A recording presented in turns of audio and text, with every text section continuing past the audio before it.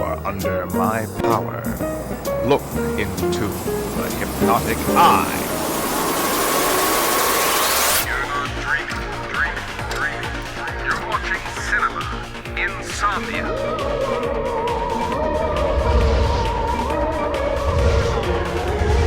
We are the survivors of a disintegrated solar system. Tell this to everybody wherever they are. Watch the skies, everywhere.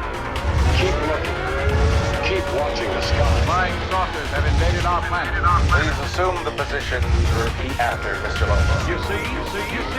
Your stupid mind. Stupid. You're not dreaming. You're watching cinema. Insomnia.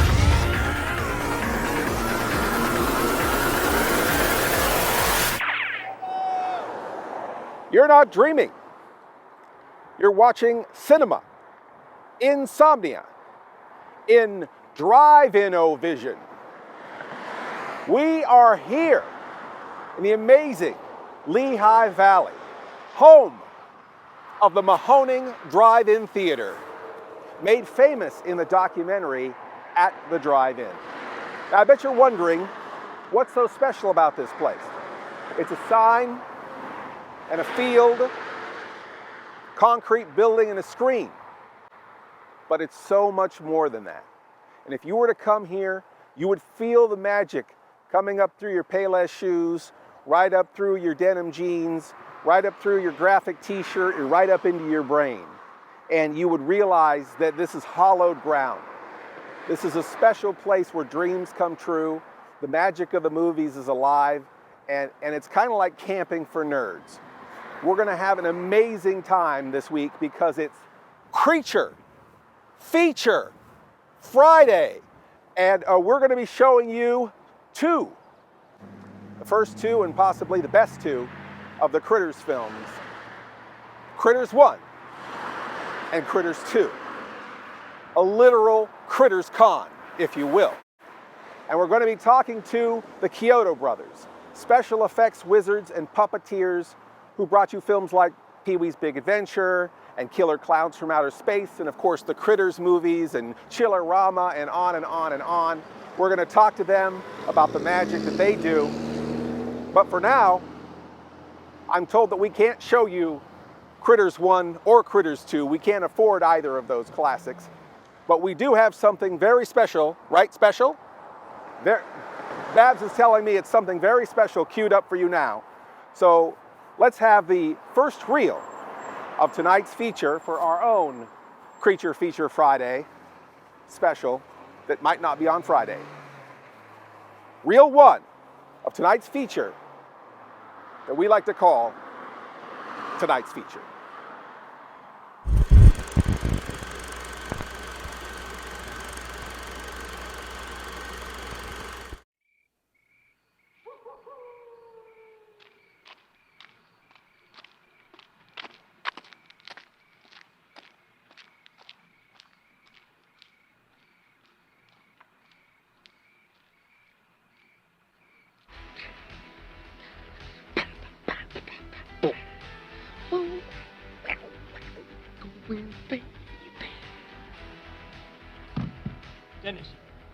Dennis!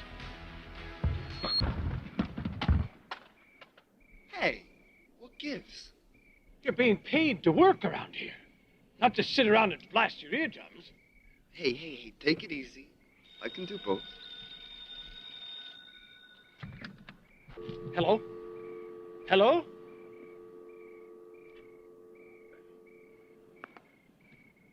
Didn't you hear the phone ringing? No, I didn't. They've already hung up. Well, then it couldn't have been too important, huh? Don't you have any sense of responsibility? That could have been a very important call. At this hour? In the future, would you just answer the phone no matter what hour it is and not make your own decisions about what's important and what isn't? Yeah, right. It's time for our rounds.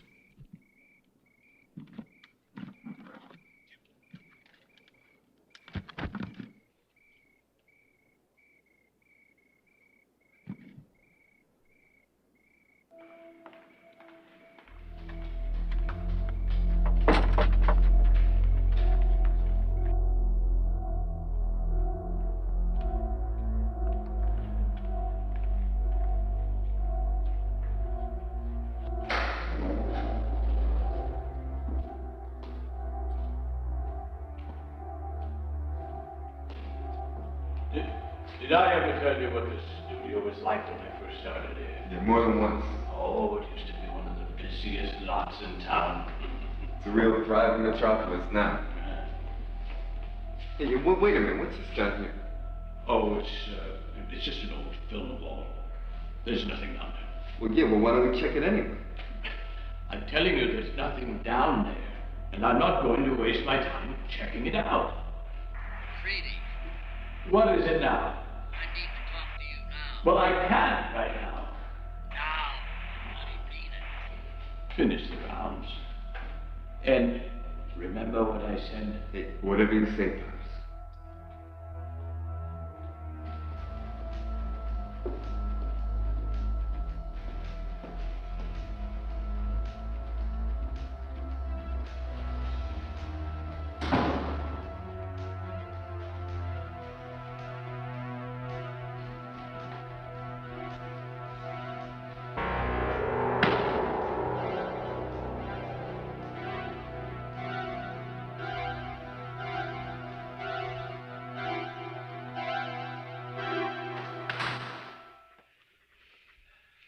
What took you so long? I made it as quickly as I could. I was clear across the lot. How's the new boy doing? Well, fine. But I really need to get back. Just a minute. I want to talk to you about these beer cans I found in the front gate.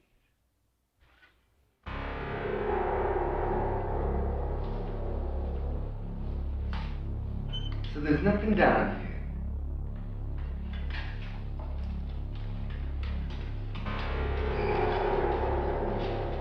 I wonder what they keep in here.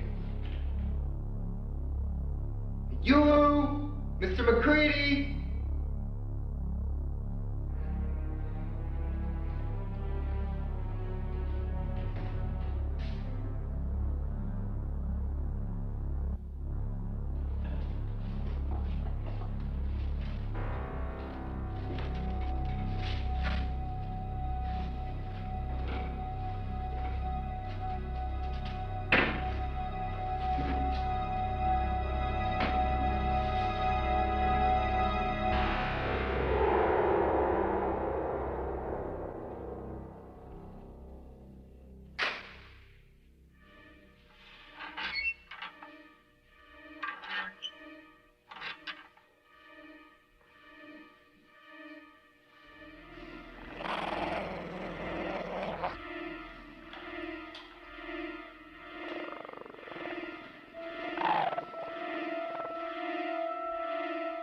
Somebody there?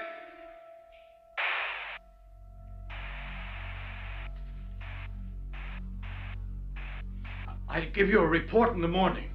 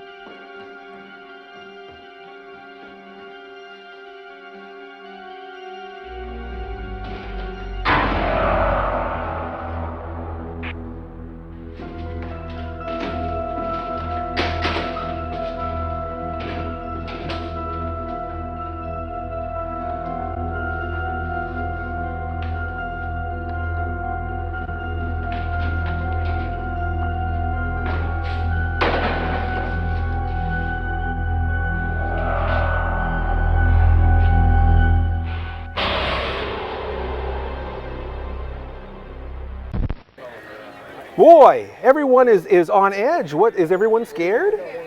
Who's scared? Should we not be scared? She's not scared, she's laughing. Ripley, are you scared? No. Hi Ripley, I'm Mr. Lobo. Nice to meet you. Wow, she's so cool. How did you get such a cool kid? I don't know. 2 negatives make a positive, Mr. Lobo. That makes sense. That makes sense. So you're Ripley? Are you named after Ripley from the Alien movies? Yes. Wow, I had a cat named Ripley once. How cool. We should get her a cat named Jonesy. I had a cat. This is a true story. I bought a cat and she was like tearing through the box when we got her from the SPCA, right? I thought, this cat's a tough cat. And then even though I'm a horror kid, I'm like, what did they name the cat in Alien? And then when I watched Alien, I'm like, Jones? Yeah. Really? Jonesy, yeah. That's not a very cool name for a cat. So I said, I'm just going to name my cat Ripley because that's a cool name. We thought it was even cooler for people, so. So I always said, you know, they always said, is that your cat? I said, her name's Ripley, believe it or not. Oh, see? All right, and your name is? Cheryl. Cheryl, and your name is? Riggs. Riggs, and you guys look like you are drive-in veterans. We are. We are. How many drive-in movies have you been to, Ripley? Guess. Like 10? 10? More than 10. Much more than 10. 10 at least is like 10 weeks, which is like most of her life. Yeah, true. Yeah. So how many times do you think you've been to the drive-in? We've been coming here for over 12 years. Oh, wow. To this specific one? This specific Wow, Mahoning. before they changed their format. Correct, Yeah. yes. Wow, so you were seeing first run movies here at one Yes. point. Yeah, and there Wow. would be a few cars in the lot, and that was it. Yeah. So Wow. it's great that it took off this way. Yeah. I remember when they first changed over and they were doing the retro programming and all 35 retro programming, and we came, you know, off and on here and there. We're like, we hope those kids do okay. Yeah. We hope they're able to keep Right. this theater Yeah. open. And then I'm going to fall down. I'm going to get up here now. Yeah. And then that documentary came out. Yes. And it seemed like suddenly everybody was here. Yep. Right? Packed every weekend. And then like, you know, the old timers, Yeah. you probably, you know, you're here every week, right? And Yeah. then somebody who's here for the first time See going, all these crazy kids over here wearing whatever the heck what are they dressing up as? and then they come up to you and they go, have you guys ever been here before? Is this your first Yeah. time? Yeah. And then you want to punch them in the face Well, because you were here. I was here. Where were you? Exactly. Where were you, man? Where were you before it was cool? Because I was here. and we're still not cool. Yeah, we're You know what? figuring it out. Cool is dumb. Yeah. Cool gets you in trouble. is lame. You know? This is like camping for nerds. Yeah. And it's awesome. For sure. Yeah, keeps you out of trouble. Yeah. Keeps you off the streets. Yeah. It's good for you guys. For sure. It's good for this one. Yep. Everybody has a good time. Sure. Nobody's throwing up at the end of the night. Hopefully. No, not yet. Not We're today. just getting started. Okay, just getting started. Okay, maybe I spoke too soon. Anyway, we're going to go out to a break, and Cinema Insomnia will be right back with more Creature Feature Friday.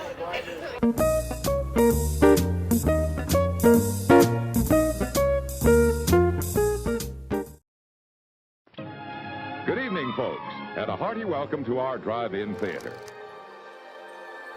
A drive-in movie theater is back in Carbon County despite talk it would have to fold after being unable to purchase a digital projector. The manager here says if they are still unable to purchase a digital projector for next season, one option would be to run this as a classic drive-in, playing older movies still available on 35mm film. Good evening, ladies and gentlemen, and welcome to the Mahoning Drive-In Theater, one of the largest and oldest drive-ins with one of the largest screens left in the United States. We haven't taken paychecks yet because we want to put everything back into the drive-in. Everybody wants to make money. Nobody wants to do it for free. But the idea is to save the drive-in and to keep it going. So all three of us, we worked for free last year, basically. I'm going down 443 and I see the marquee, the big red arrow. Now I thought, first impression was, oh, abandoned drive-in. I should go check that out. It's cool to be a part of this because it's like you're a part of movies in kind of like a different way. You really feel like you're part of this bigger thing.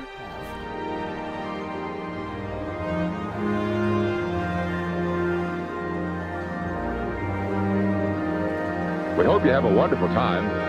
Come back soon. And now, on with the show.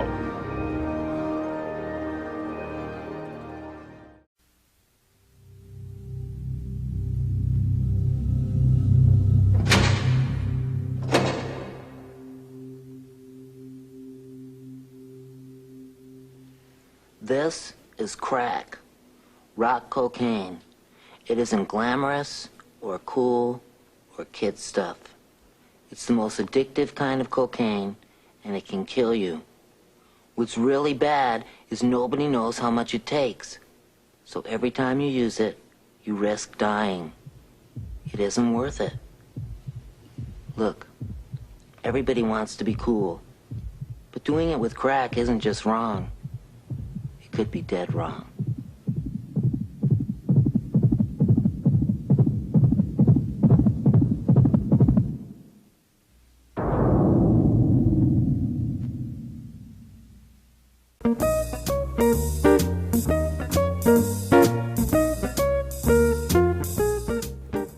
Welcome back to Cinema Insomnia. Tonight's feature truly dares you to stay awake. I'm going to have to ask you now, as I have in the past, to take the Insomniac oath. Please assume the position and repeat after Mr. Lobo. I, as an initiated member of the Sleepless Nights of Insomnia, do solemnly swear to watch the movie, the whole movie, and nothing but the movie. So help me, Mr. Lobo. You may stand down.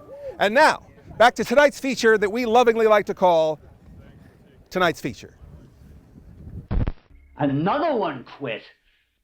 What was the problem this time? I'm not sure what the problem was, sir. It wasn't something you said to him, was it? It could have been. I'm holding you responsible for this, McCready. Every time we hire a new guard, he only lasts for a couple of weeks, then he's gone. How many is it now? 3, 4? It's 3, and I really don't think you need to hire anyone else. I can run the post myself. Look, you've been here for a long time. You know as well as I do that we need to have a second guard ready so he can fill in for you if you can't make it here some night. I've never missed a night since I've been here. You're not as young as you used to be. We need to be prepared. Do you know that if something were to happen to this studio while no one was on duty, our insurance is voided? This place has been deserted for almost 30 years. Stop making excuses.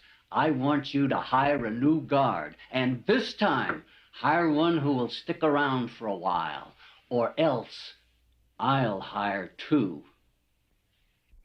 So, Kevin, is this the first time that you've worked as a security guard? Yes, sir. But I'm a very fast learner, and I promise to try extra hard. And I really need the job. Well, you sound very mature for your age. You don't own one of those portable radios with headphones, do you? No, sir. That's good.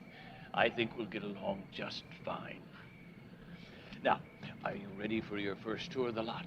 Oh, yes, sir. Even prepared to take notes. It's not that complicated.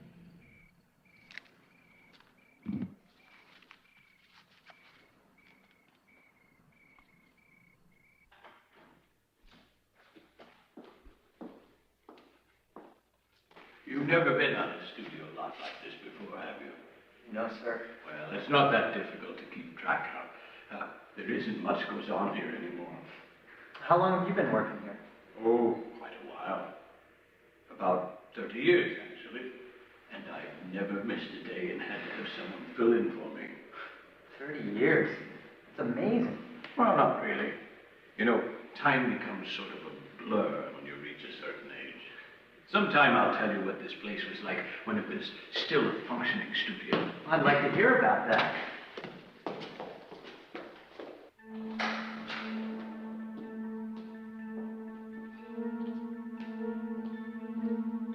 Now, Kevin, if I told you that something was very important, you'd listen to me, wouldn't you? Of course. Good. Now, there is a part of this lot that I want you to stay away from. I don't want to have to explain all the details to you. I just want you to promise to stay clear from it. I understand. Now, this is the part I was telling you about.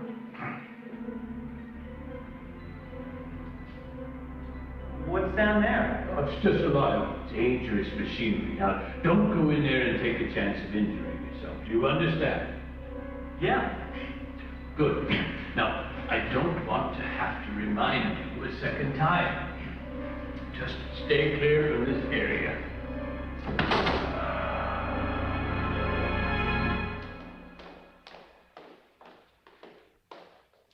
So, is there anything else I need to be made aware of? There is one other thing.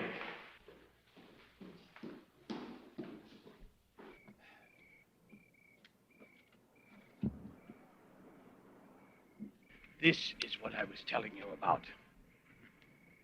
Oh, but don't worry, I've never had to use it. Really? That's right, not in all the years I've been here. But I would like to show you how to use it sometime, though you never know when you might need it.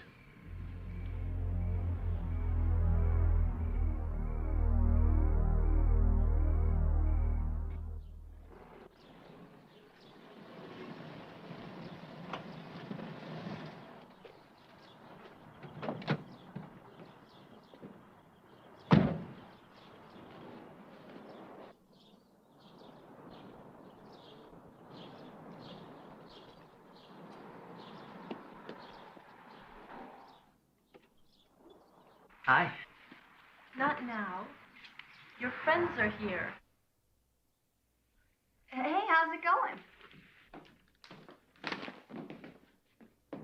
What'd you bring, some new music?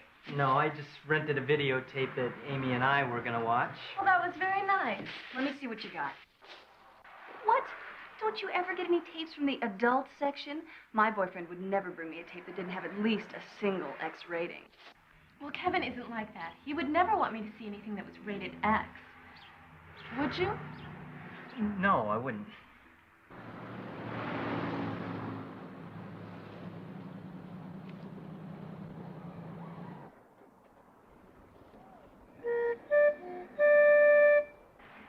All right, man. I'd recognize that horn anywhere. That's my Nick, back from 2 months of Army training. And you know what a man wants when he's been away for 2 months. No. What does he want? Woo!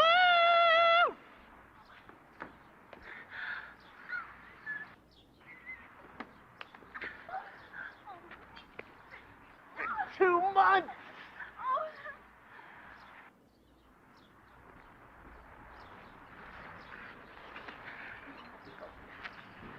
Whoa, everybody have sex tonight. Wish that were up here or something. Did you say something? No.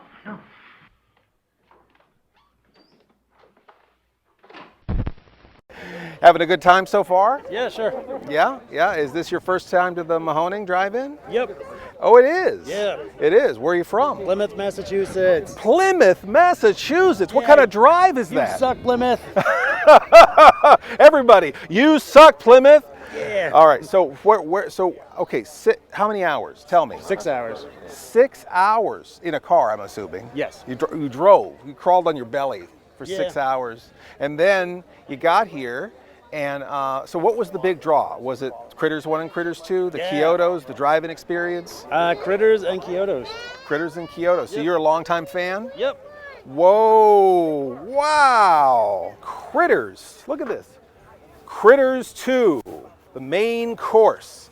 It's everyone's turn for seconds. Where in the world would you get a Critters 2 flag? I'm glad you asked. If you look at the Creep Gallery or at the Creep Gallery on Instagram, our tent's located over at the corner over there. And you can follow us on Instagram or Facebook. And yeah, buy a flag or a figurine or something. Wow, I'm going to get a Critters flag right now. We'll be back after this. Come on, let's go.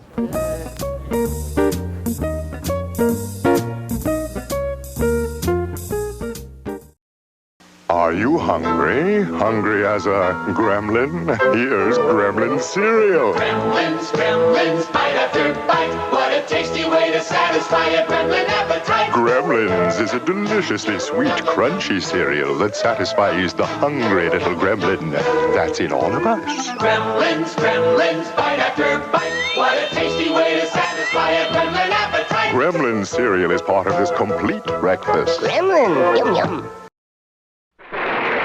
They only come out at night. They're mean, rude, and dead. Not them. Them. There's 100 of those things out there. How many did you say? 100? The dead are refusing to remain buried. What are we gonna do? What are we gonna do? We're gonna call the boss. They've come back to life. They're hungry. And they're not vegetarians. The graveyard out there is full of people coming out of the ground. We have a little problem. What the hell is going on there? Rabid weasels. What? More brains. Do you want pie? It's pie time! We got pie! It's pie time! Do you want pie? They're back from the grave and ready to party. It's pie time! The return of the living dead.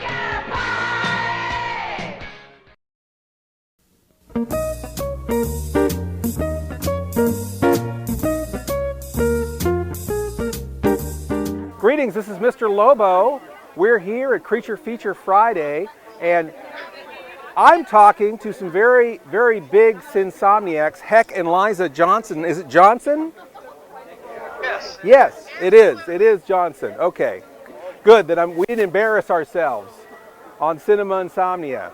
We always embarrass ourselves on Cinema Insomnia. Aaron, you can see them? Yeah. Wow. Wow. Okay, well, we're not going to be able to show Critters 1 and 2 on Cinema Insomnia, of course, because those movies aren't very misunderstood, or at least not misunderstood enough to be on our show. But I was thinking maybe you two could help me introduce the next reel of whatever low-rent movie we do end up showing in this episode. Does that sound okay? Absolutely. All right. So I guess maybe you could just say, Cinema Insomnia now presents the next reel of tonight's feature, something like that? Okay, let me see if you can, maybe I can put it like, where does the sound come out? The speaker, I believe, is under here. So. Okay, like that? Okay. Yeah. All right, go for it, kids. Cinema Insomnia presents... The next reel? The next reel? Is this real? Are we real? Are we real? Is this happening right now? Cinema Insomnia presents the next reel. You guys are going to have my job.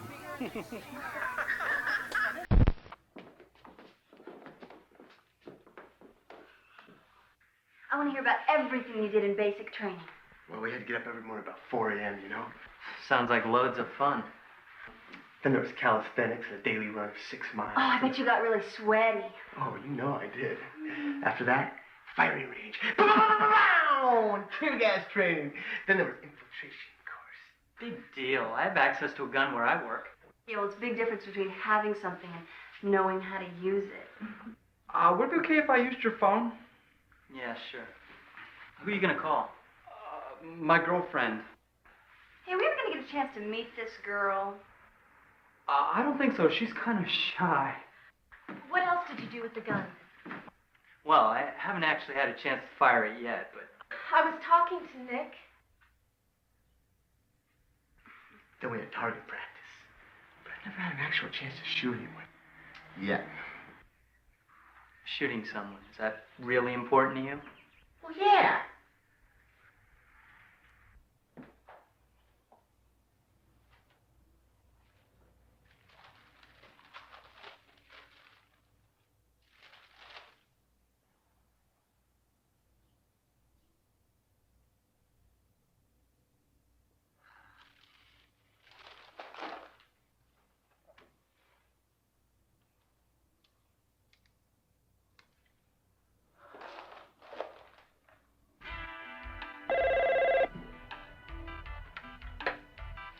Hi, it's me, Fantasia. Thanks for calling. I'm going to see a movie today. It's only rated PG. I want you to show up and make it rated X. Sneak in the rear door, and when the lights go down, drop your pants and show me a full moon. Wave that lunar eclipse and block the projection beam. Next, pull me down and roll me on those sticky floors. Lick that artificial butter flavor off my body. Hold, please. Then, take my clothes and leave me naked. So when the lights come up, I'll be the second feature. You sure that's not long distance? No, it's not. That's good. Because I have to keep calling the phone company every month because of all these sex line calls being billed to my number. Really? That's too bad. Thanks for calling. A new adventure awaits you tomorrow.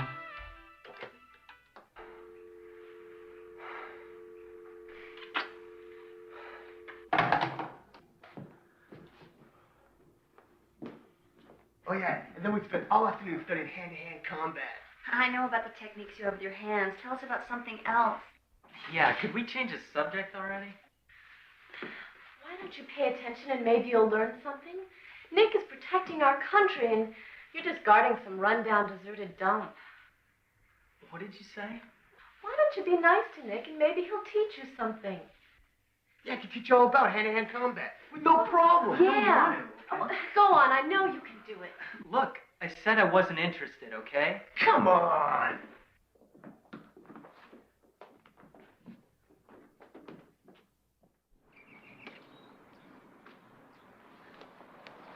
You're gonna love this. I don't want to do this. Here, take this. Okay, no, hold it like this.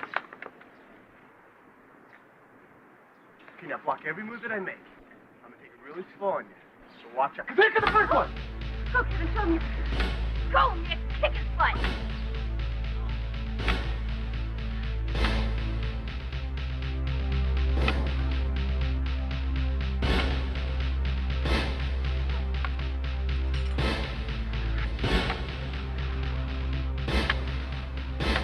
Yeah, go for it.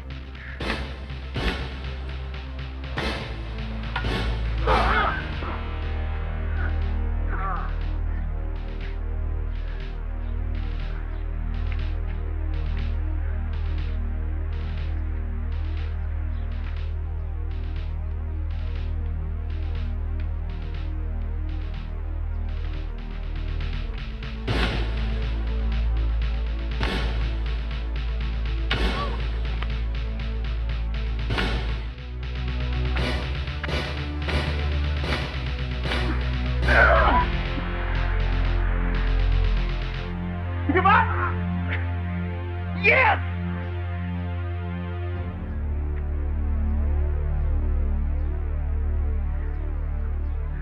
My hero!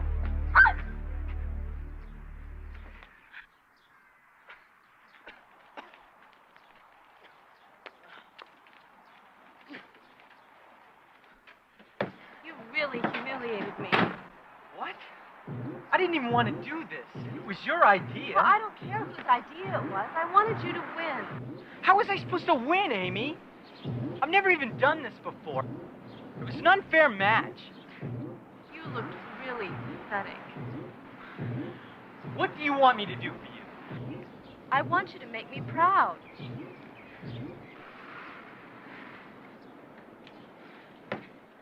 Give me that! Come and get it! Give me that.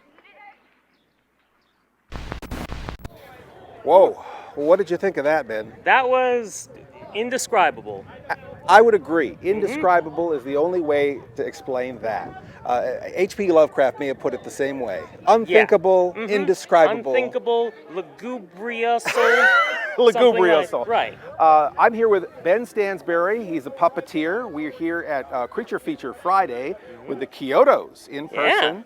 And now, as a puppeteer, is this like a must-be-at event? Absolutely, 100%. The CHIODO brothers made one of my favorite movies of all time. As you can see right here, Killer Clowns from Outer Space. Well, say it together. Killer Clown. One more time. Okay. 1, 2. Killer Clowns from Outer Space. And so the opportunity to meet them and to see critters on the big Mahoning screen was a no-brainer. I just had to come to this one.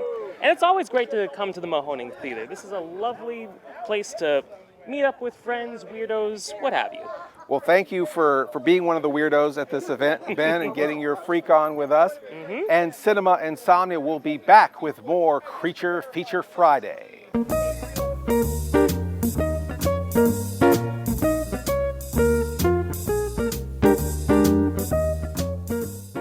Tired of the same old everyday chat line? Feeling a little frisky? When you call 1-900-HOT-BOX, you'll talk to the hottest malfunctioning robot babe. Hi, I'm Chrissy. I just turned legal age of consent in your area. And I want to talk to you. Wow, you're an astronaut? That's so interesting. When your steamy robot malfunctions to the point of breaking down, your call will automatically be transferred to the next robot, programmed to eagerly be awaiting your call. Hello. Hello. Call me. No.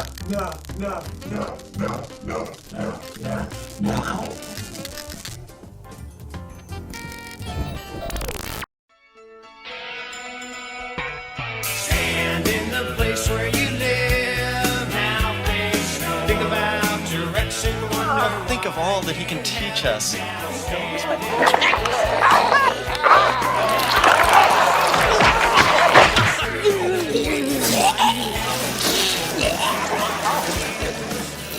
He's a highly advanced creature from another world. I'm gonna name him Spewy. Hi, Pope. I'd like you to meet my friend Spewy.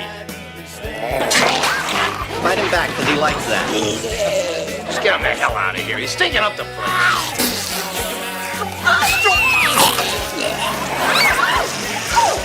Don't you see, Sharon? He's teaching us about love. You ruined my living room, you jackass!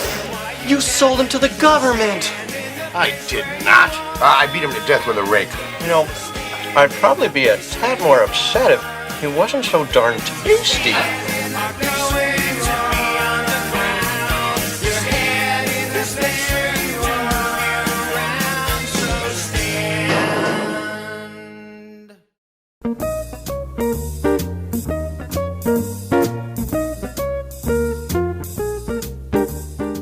Hope you're having a good time. Creature Feature Weekend. We were thinking we could show you a little bit of what happens behind the scenes. What happens behind the magic door where the celluloid spins. Come with me. Come with Mr. Lobo. Let's see what we can discover. Oh my gosh, come on in. Come on in. Lobo, it's so good to see you. Oh, Virgil. Virgil. Oh my gosh. Oh my. How long has it been? 16 years? It must have 17? been at least. I think it might have been 18. Wow. Wow. We were taller, weren't we? Yeah, and thinner? I think so. I'm here with Virgil. Virgil is usually rocking the mic. That's right, rocking it tonight, as always. Everyone in their cars has got their radio stations tuned in to what, 88.5? 89.3. 89.3. That's what I said. That's right. Mahoning Drive-In radio. Yeah, now just 89.3. Yeah. And so everyone's got that tuned into your cars. No more speakers anymore. That's right. You got to bring your own radio or rock it in your car. No more squawk boxes. You don't have to have a big garbage bin full of them next to the door because everyone keeps ripping them out. Broken windows. Broken windows. No. The best thing to do is just get a boom box, right? One that turns into a robot, preferably. Naturally. And fill it with batteries and just let the good times roll. Put up a couple of lawn chairs. Yeah, that's the way to do it. I say the open air experience at the drive-in, there's nothing like it. You make the experience your own. It's all about the people you're with, bringing your loved ones, getting out onto the stars and enjoying the movies. It's incredible. You know, it's so funny because it's like, all right, you got a field. Mm-hmm. You got a concrete bunker. A field, a bunker, a screen. That's screen, but then magic. Yeah. And you know what the difference is? The people. That's right. It's The all about people. the people, the community. The community. And they all came here. Yeah. And they all found it. And they all found each other. And it's such a beautiful, wonderful thing. That's the magic. That's what I love about it. I always say it, the drive-in is an essential community space for any community. And it's a shame that not every community has one, but anybody who is within driving distance of the Mahoning knows it.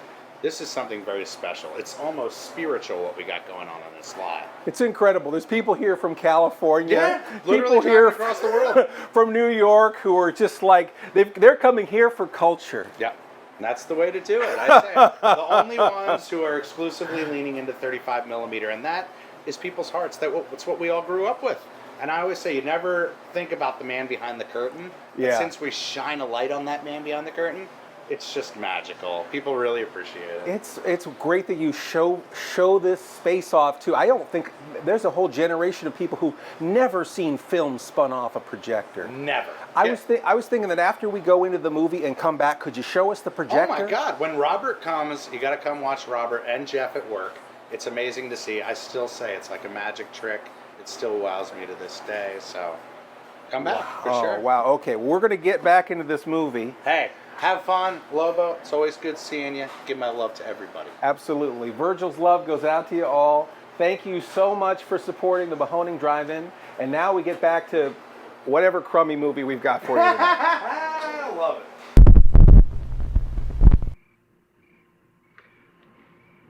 What's the matter, Kevin? It's really a long story.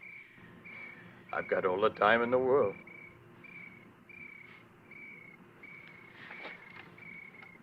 What do you do about someone who you can never make happy? Is this your girlfriend we're talking about? I don't know what to tell you. What's the exact problem? Well, we've got this friend who's in the Army. And my girlfriend's upset because I couldn't do all the things that he can. I see. Did I ever tell you what I did when I was in the Army?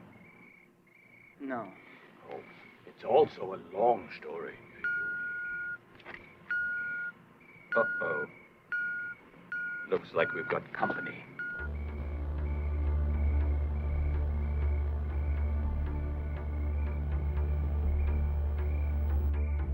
Hey. Wait here.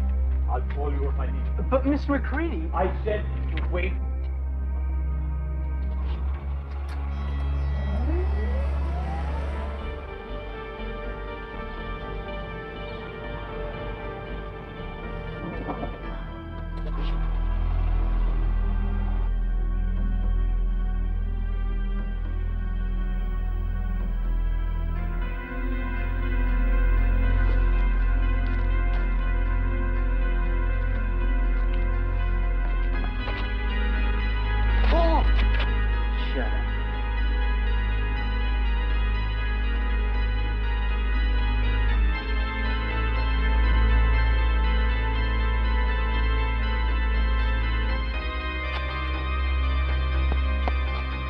Get away from him.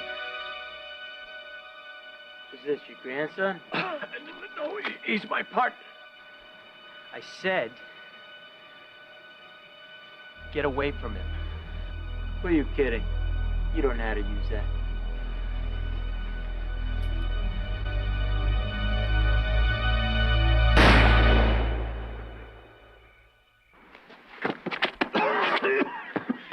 Are you okay? Do you want me to call an ambulance? No, I'm fine. Damn. What's the matter? I just wish Amy could have been here to see what I just did. He's still on the line. What do we do now? Well, I'm going to call the police. Try to locate where he is, but keep a distance from him. Don't try to be a hero.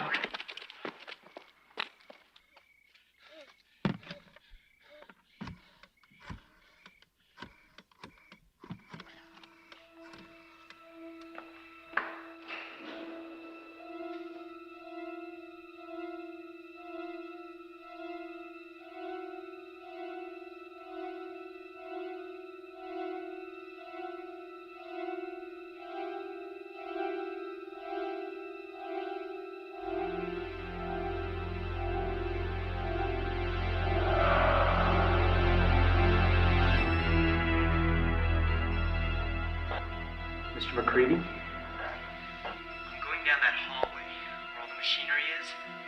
I think he went down there. I'm going in for a closer look.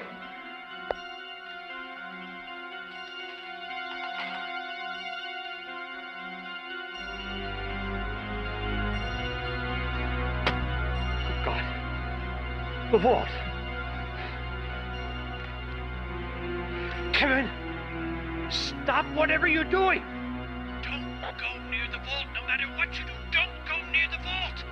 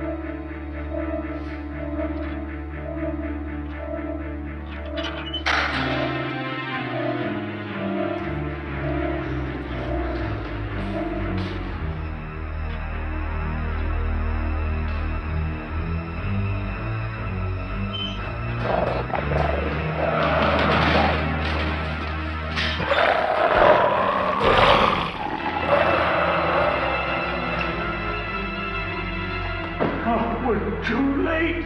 Kevin, why did you go in there? Why didn't you listen to me?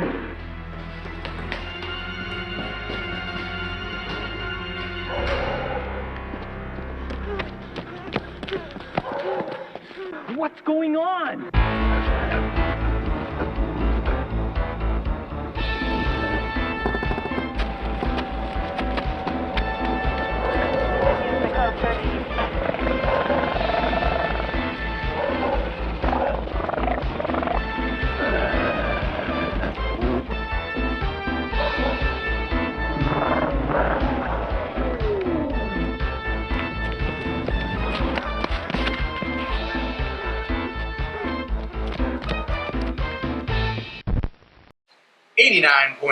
Mahoning Drive-In Radio.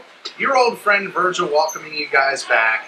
For those of you guys that are just showing up to the Mahoning Drive-In Theater, welcome, CritterCon. You made it, and it has been an absolute blast thus far. The CHIODO Brothers are in the house, all sorts of vendors in the house, our friends, our family, and it's a really, really beautiful night. We really love it when the weather works out for all of us. Tonight, we're going to enjoy good old 35 millimeter, but the magic trick behind it all is the projection system. Our original Simplex E7 twins that have been rocking here since the day that we opened in April of 1949. 72 summers, guys. Think about that. Absolutely amazing.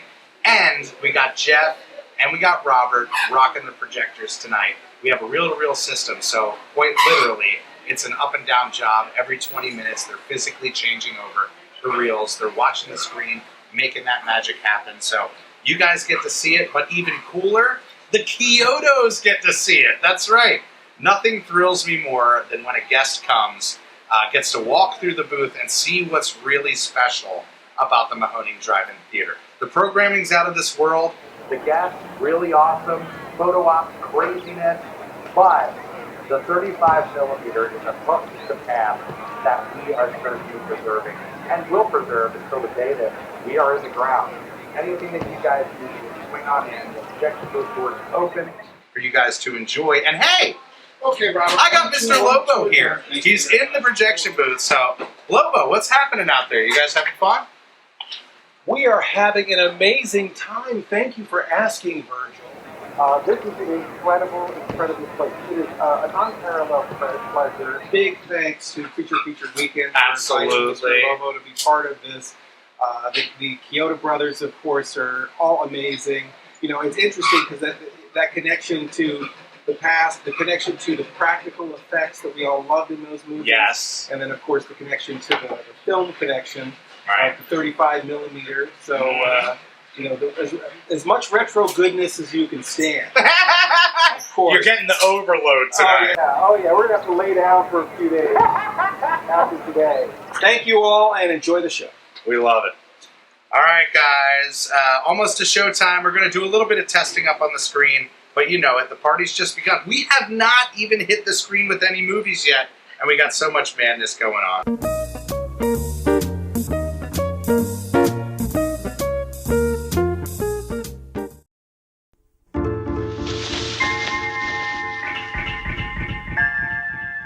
Of all the planets in the galaxy, they chose ours. They hide in small places. This phone is dead. What? They like the dark. Jay, any luck? Just a minute. There's nothing cute about them. They've come a long way, and they're hungry.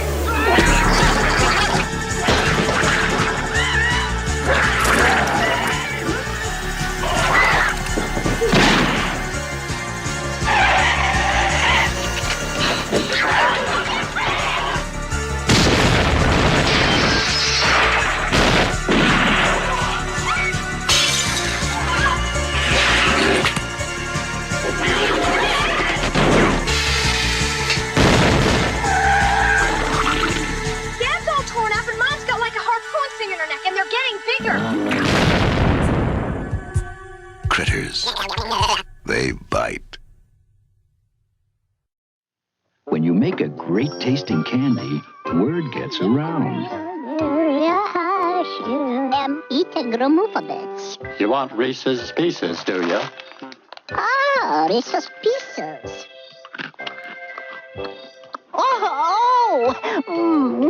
Who in the world was that? I don't know. Kind of looked like your cousin Willie. Reese's Pieces with the great peanut butter taste that's out of this world. My pet monster. He's bigger than big. When he fights battles, he always wins. And he's your friend, too. He breaks his chains. Put him on you and break away, too. With my pet monster, you're busting loose. He's big. And scary. And helps people, too. And he's your friend, too. My pet monster plays all day. Tough. Awesome. Looking great. And all your friends will want him for their friend, too. My pet monster has breakaway chains from Amtoy and American Greetings Company.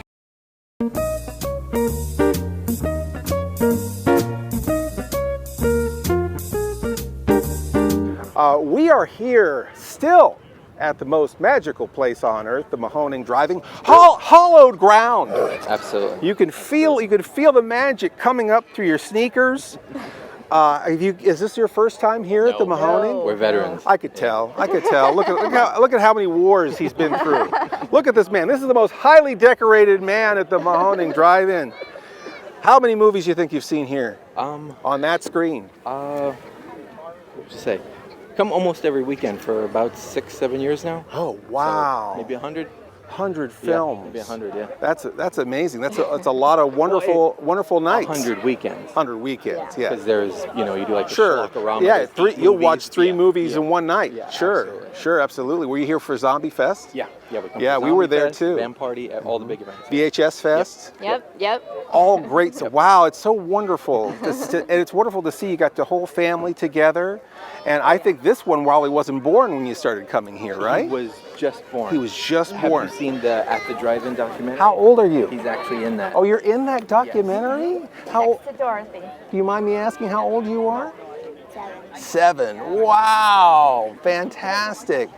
And you like the drive-in then? Fantastic. It's great to see. Great to see that smile. What do you got? What do you have here? Could you show it to Aaron? Look at that. Killer Clowns from Outer Space. Have you seen that movie? Oh yeah. Oh boy. Man, if I was 7 and I saw that movie, I'd have bedwetting nightmares for a week. You must have nerves of steel, young man. Nerves of steel. Wonderful, wonderful. Well, it's great to see you here at the drive-in. I'm glad you're having a great time. We're having a blast so far. Absolutely. Obviously, you're going to get that signed by the CHIODOs, so. right? Oh, yeah. And, you know, I guess we'll keep seeing you here. Oh yeah, we'll be here. Fantastic. All right, well, we're gonna work. We don't get to watch Critters on my show. We're gonna have to watch this movie over here. Okay. So now we're gonna go back to tonight's movie.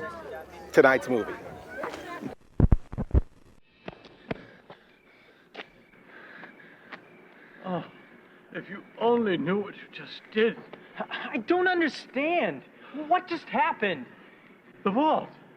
I tried to warn you. Those creatures, the vault. I tried. All my work.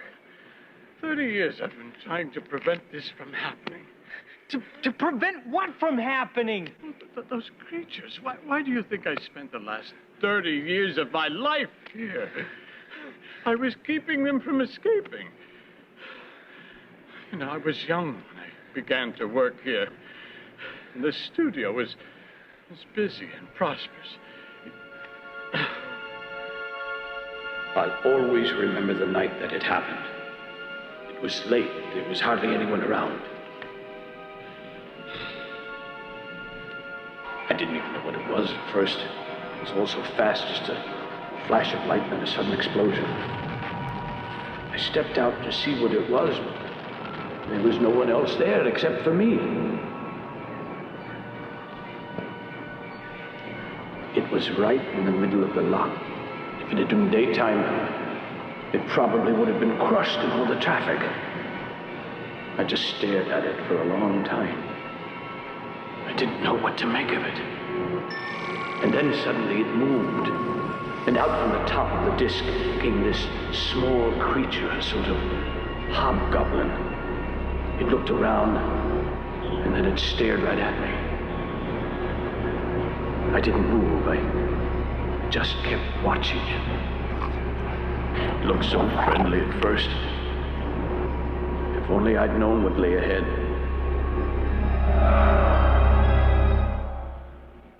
But I still don't understand. I let the creatures live on the lot. It was my secret. And then I learned of the power they had.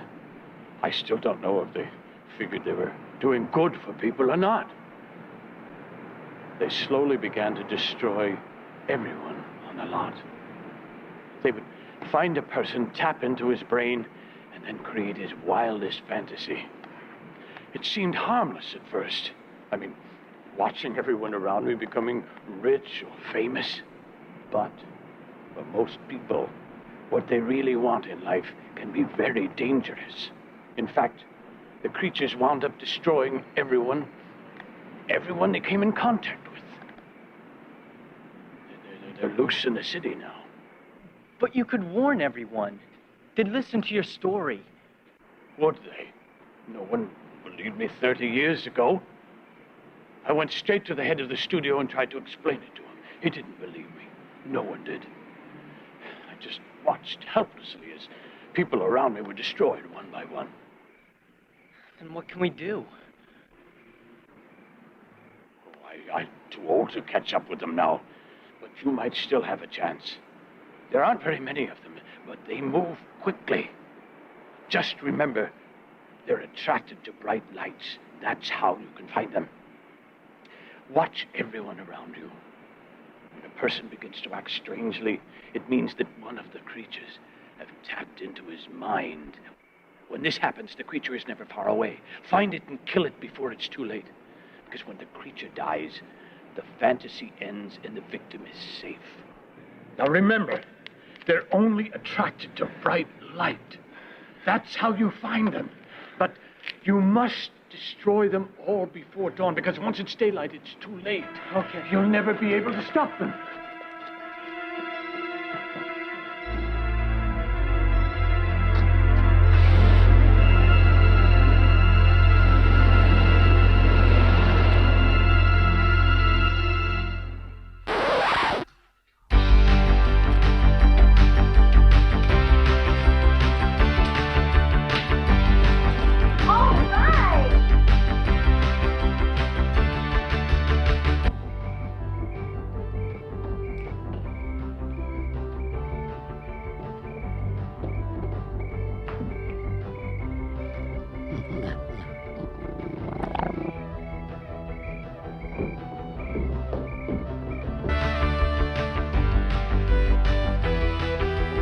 Come on, Amy, would you get with it?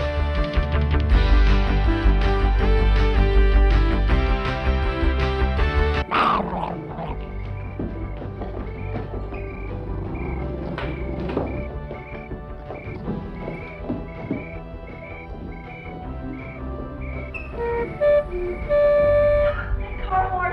I recognize it anywhere.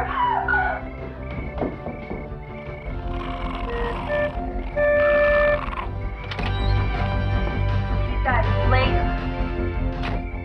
Much later. That's weird. Maybe he's circling the block or something. I brought your jacket. I thought you might be cold out here. Yeah, thanks a lot. Where's Nick? I thought I heard his horn before. So did I. Well, maybe you should wait inside until you see him. He's just looking for a place to park. Now, would you go back in the house? There's plenty of parking in front. Maybe it wasn't his horn. Look, I'm positive it was. Maybe the police just pulled him over for all his warrants or something. Now, would you just go back in the house? Fine, I get the message. Just take this stupid jacket with you.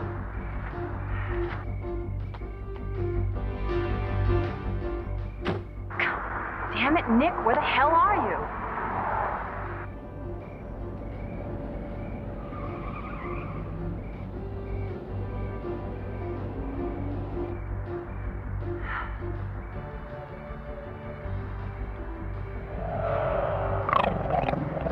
Amy, would you just go back in the house and leave me alone? God. Would you stop breathing all over me?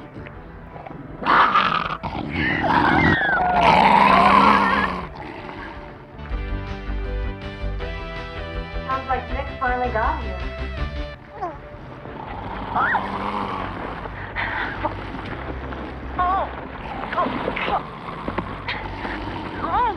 Get the fuck off me! She must be happy to see him. Oh, God!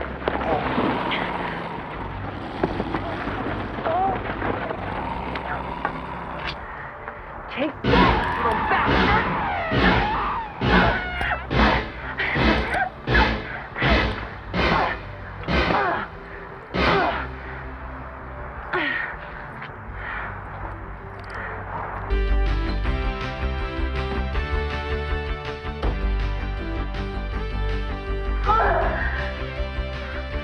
Honestly, couldn't Nick wait?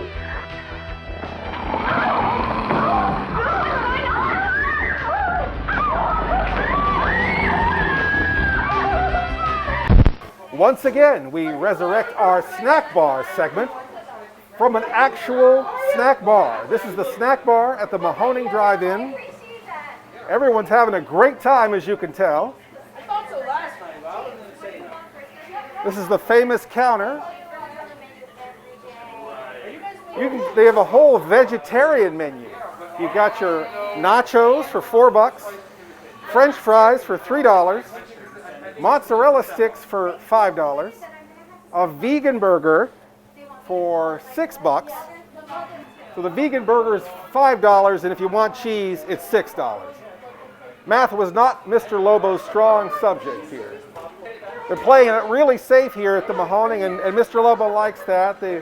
You order here, but you ask for service. You don't reach for anything. Do not reach. Eyes only, no hands. Mr. Lobo usually puts his hands in his pockets so he doesn't touch anything.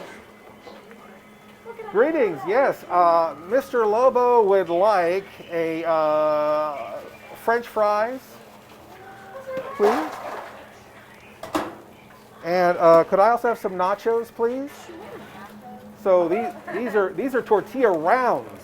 Yeah. Sometimes those points can just go right into your gum and kill you. So I appreciate a good tortilla round. Is that Rico's cheese? Rico's cheese? Now, can you do an impression of Rico? I cannot. No? Hi, folks. I'm Rico. That's a really good impression of Rico. There's a lot of talent here. See? I can't wait for them to film another documentary. And you see they're cooking burgers on the grill right there. Almost bit the farm with these nachos here. Now, these are hot dogs. Usually they let them rotate there until they're green, and then they become the chili dilly pickles later. I already have one of these. I touched. All right, nobody saw that. I'll touch with my eyes, not with my hands. This is their famous I'm gonna have to buy this one. I'm gonna have to buy it because I touched it. This, of course, is the famous popcorn popper. As you can see, it's empty. It's not like some of those places where they have the bags of popcorn from another state. Could I have some 30 weight? Good to know. Good night. 30. There is free refills on this all night as long as you bring the bag back. Free refills all night. Can you believe it? Thank you so much. Thank you. What else do we have here? We got some snow caps. I haven't seen these for 40 years.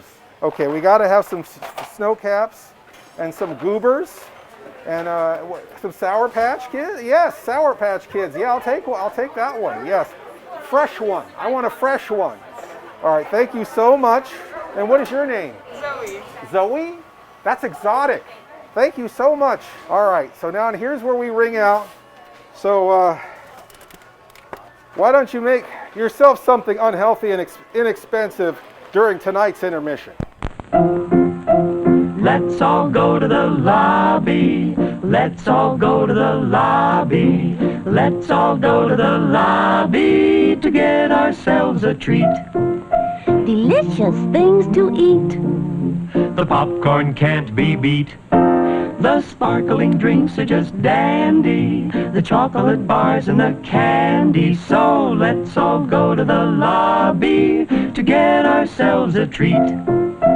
Let's all go to the lobby to get ourselves a treat.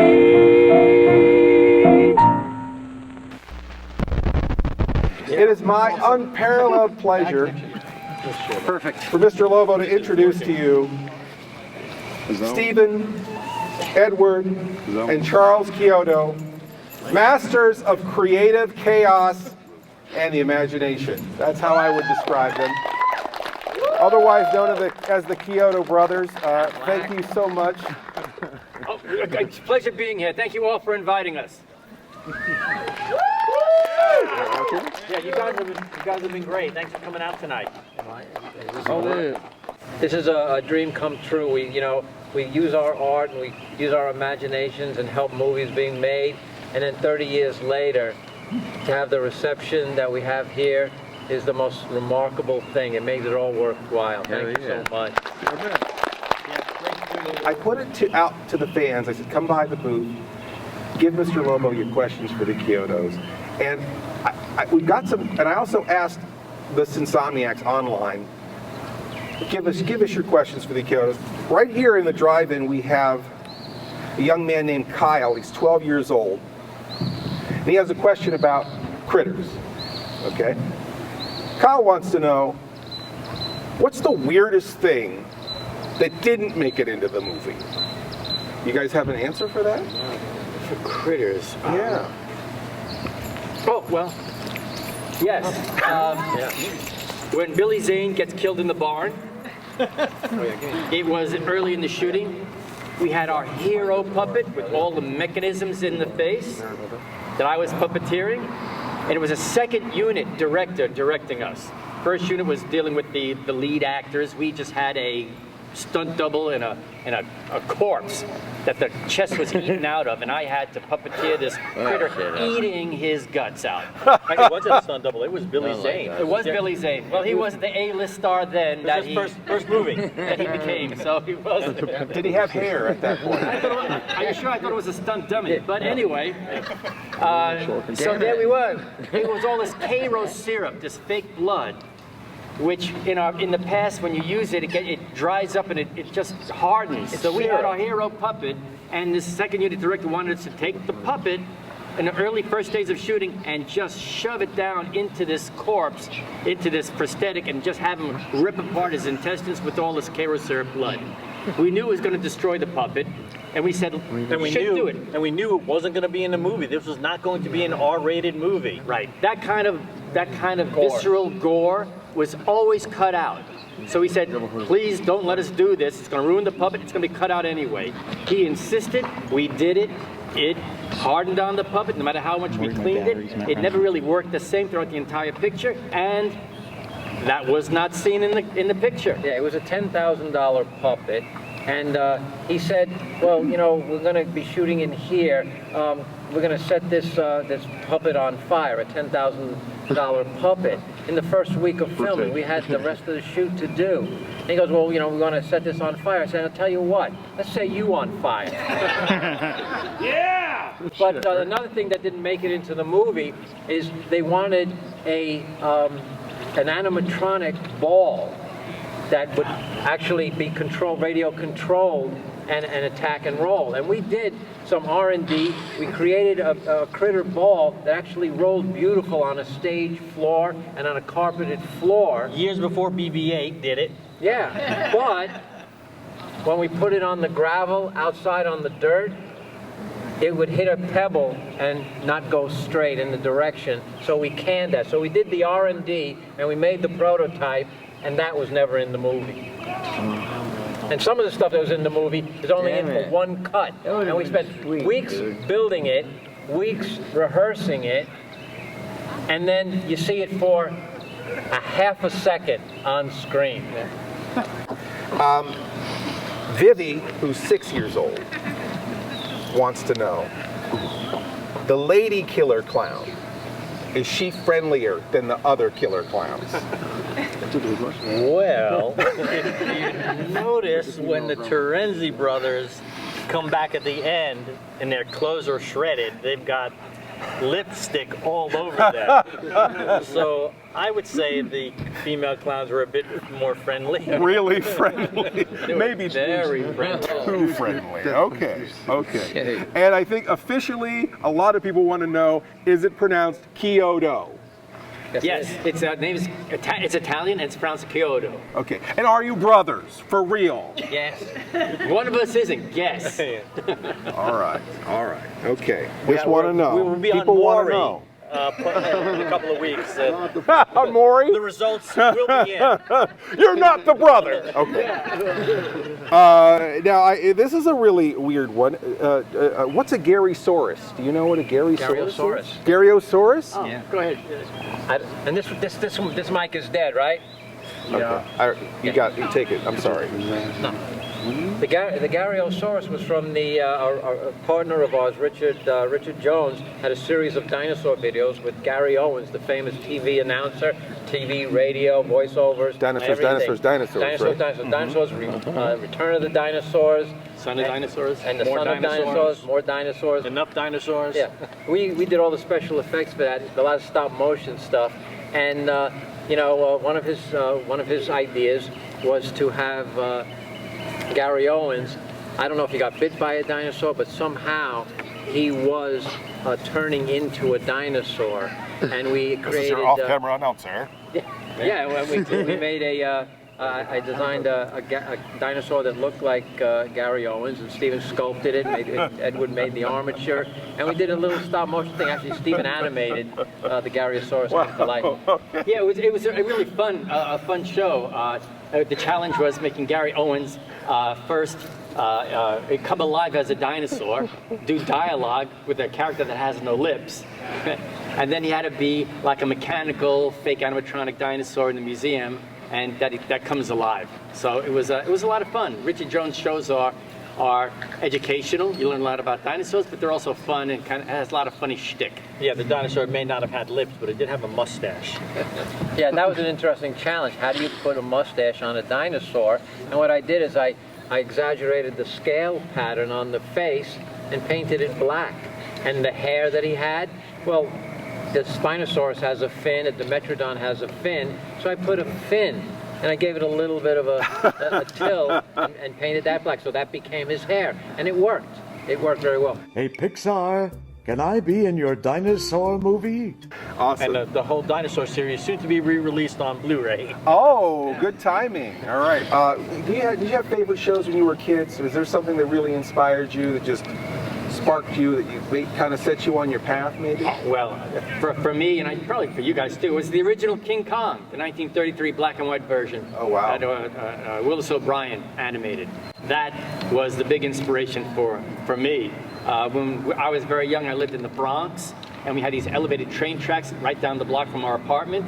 And when I saw King Kong on the screen rampaging through New York and tearing apart the L tracks, for me it was a very surrealistic image, and I thought it was real, and it really made a big impression on me. I love dinosaurs, but then to see King Kong come into my neighborhood was pretty amazing. I remember I asked my parents to take us to the Empire State Building so we could see the crack in the cement he made when he fell. It's on the west side, I believe. And then obviously, you know, after King Kong, Mighty Joe Young, then the Ray Harryhausen movies, Seven Voyages of Sinbad, Jason and the Argonauts, Beast from 20,000 Fathoms, all those things. Yeah, but I think in general we were more monster movie fans. We like monsters. We like horror, but I don't think they came in a close second. You know, dinosaurs. Anything with dinosaurs was what I think sparked our imagination and our interest in it. Mighty Joe Young, to me, is my favorite fantasy film. I love King Kong with the dinosaurs in terms of an adventure, but Mighty Joe Young to me is a perfect fantasy with Terry Moore and Robert Armstrong and who played the actress? Who played Bruce Cabot? You know, as. Well, he wasn't. It was somebody else. Yeah, but you know, Mighty Joe Young. So those are the things, and you know what? Some kids, they watch baseball and get inspired and want to be a baseball player. Some people want to be wrestlers. They watch WWF and they want to be, you know, they want to pursue that. We were inspired by monster movies, the likes of Godzilla, King Kong, and Mighty Joe Young. Wow. So stop motion monsters perhaps were the beginning. Yeah. Right? Yeah. So, yeah. Now, stop motion is very time consuming. I mean, what you have an armature, you move it a tiny bit, you take a picture, move it a tiny more bit, take another picture, just as an easy explanation of that. In a movie like Pee-wee's Big Adventure, okay. Now, I'm assuming Large Marge was stop motion, right? Was she? Oh, yeah. Okay. So Large Marge is a stop motion animated character. Could you give us an idea, like, how long did it take just to do that little flash of her screaming at Pee-wee? Well, yeah, actually, that was a real highlight. Everybody remembers Large Marge. We made a clay casting of the actress. Excuse me. We made a clay casting of the actress. Those hot dogs. And it was clay animation. We made replacement eyes out of plaster, and I animated it frame by frame. I took about 12 hours to do, and the majority of the work was done in that transformation. I had to resculpt the entire face every frame. And I think it's only maybe 20 frames long as far as the animation. It took about 12 hours. Wow. But before that, there was quite a bit of prep work in terms of the live cast of the actress Alice Nunn, then the molds, the casting parts, making all the replacement eyes, and the registration system to hold them in place. Yeah, an interesting detail too. When we first got it had it lit on stage, it didn't look quite real. The clay didn't reflect the kind of a similar way that the actress's skin tone had reflected in the light. So we found out what the makeup artist used on Alice Nunn, the woman who played Large Marge live action, and we put that makeup on the clay. Oh, wow. And it had that same kind of reflectance, and it looked a little bit more real. Once I started sculpting it, all of that went wacko, but it didn't really matter because she transformed into that evil, heinous Large Marge. It's funny also, the way it starts, she's facing forward, and she drops her shoulders and turns the camera. And Steven animated that, but that's cut out. In the movie, they cut on the turd.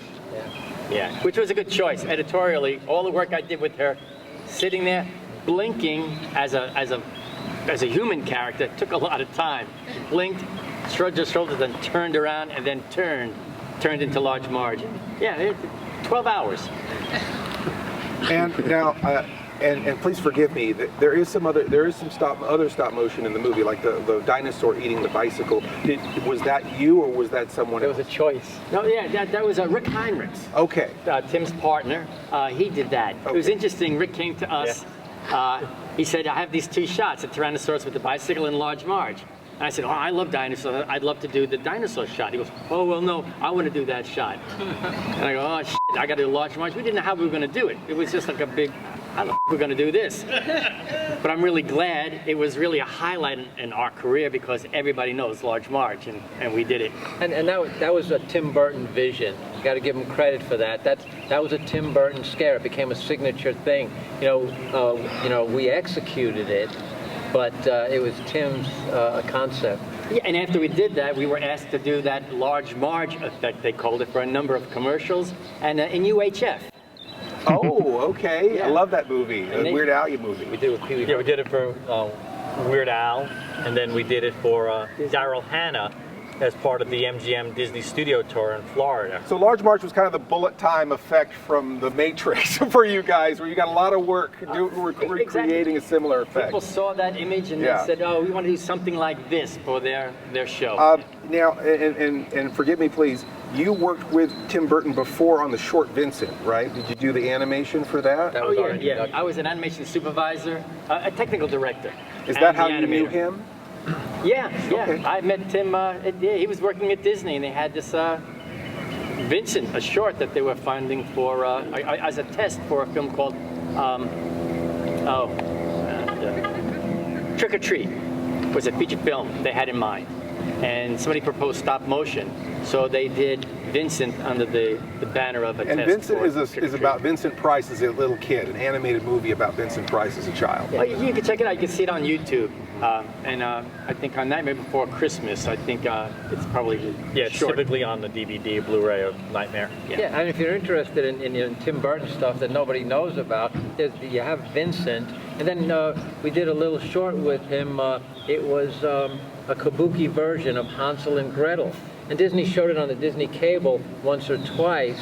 But it's a very odd thing. It's very obscure. It has some real interesting, with a witch, with kung fu and a Japanese cast. It was really, really interesting.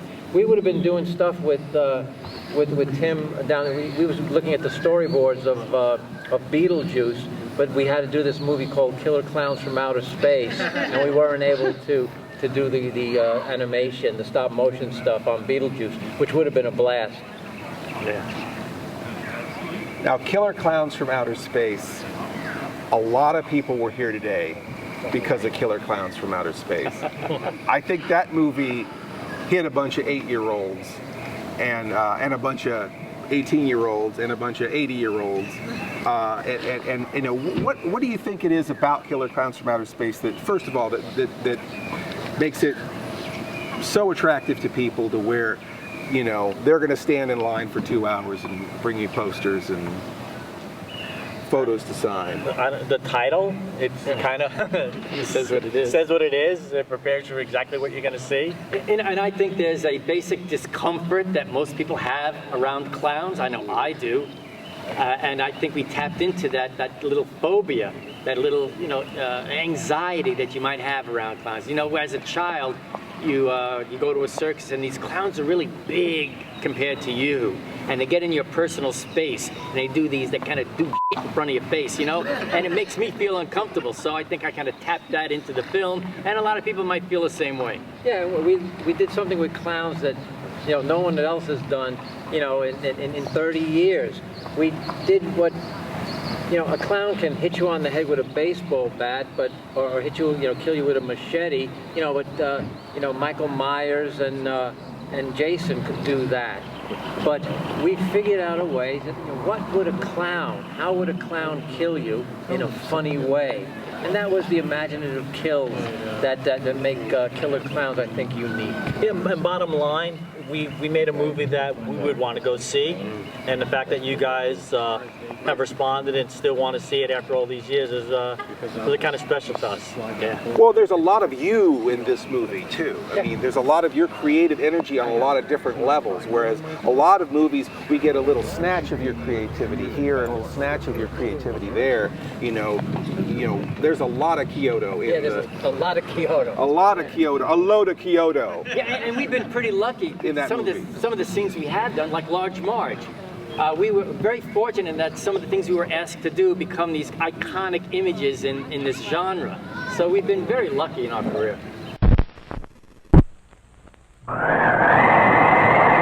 Hi, I'm Chili Dilly, the personality pickle. Packed in a jar for the freshest flavor. Served cold in a sack for you to savor. So dainty to eat, no muss, no fuss. An ideal snack for all of us. Crisp, tender, and tasty with a bit of spice. Buy one now. Taste how nice. Snack bar clerks will knock themselves silly, speeding your order for a real Chili Dilly. Hi, folks. I'm Rico. Oh, Nacho. He's Peppy. See? You can find us at the concession stand in the lobby. Along with all sorts of other tasty goodies. See? Rico's Nachos, a refreshingly new and different snack discovery. Chock full of high-quality ingredients, crisp, fresh tortilla chips, covered with creamy aged cheddar cheese, topped off with zesty jalapeno pepper rings. Rico's Nachos, out of sight. Remember, folks, we're the new star at the snack bar. Rico's Nachos, a new taste treat you can't beat. See? Rico's Nachos, on sale at the snack bar now.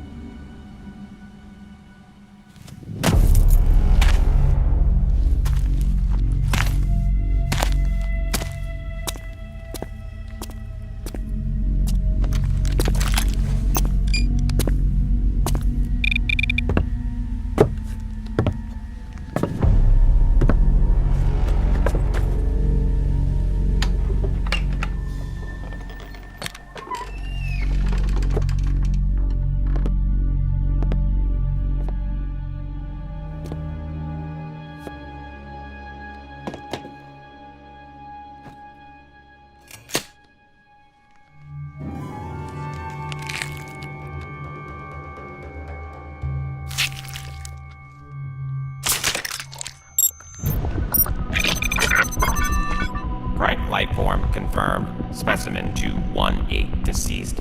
G Suite confirms additional Crichton life within 100 meters. One target remains.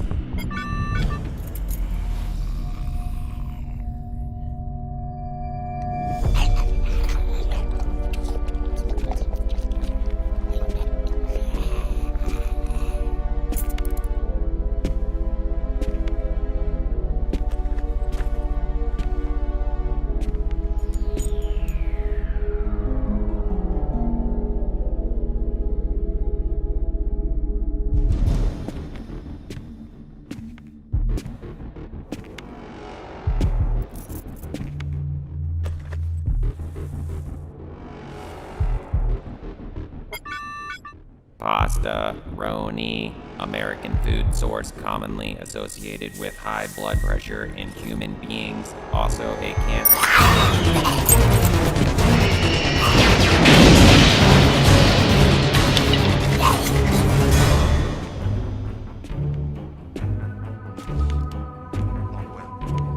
But enough to know that she was a force to be reckoned with.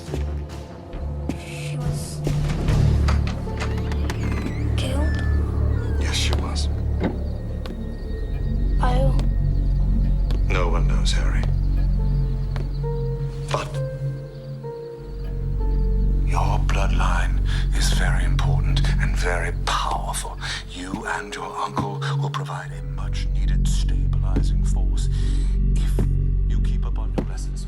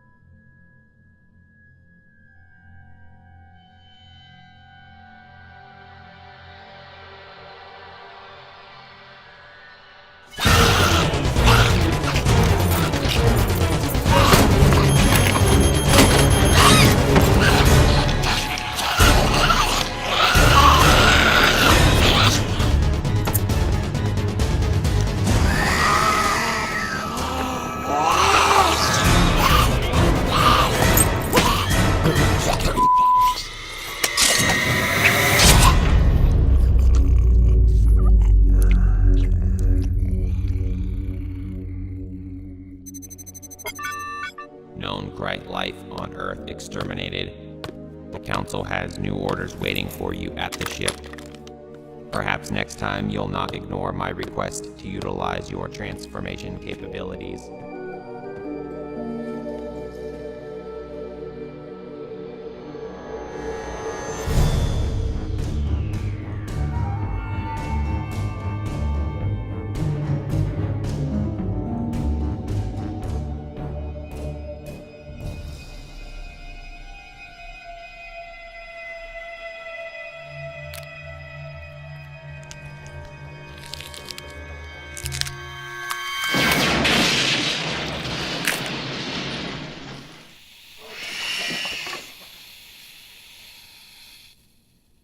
Kill more Christ. Hour of the night, streets are calling, stealing from the light, shadows crawling. Hour of the night, streets are calling, power on. Burn lights.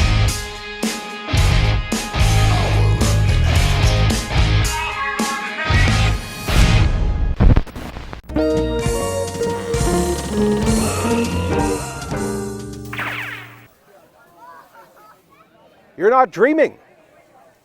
You're watching cinema. Insomnia. We hope you had a wonderful intermission time. I hope you got a chance to get some of that famous Mahoning popcorn.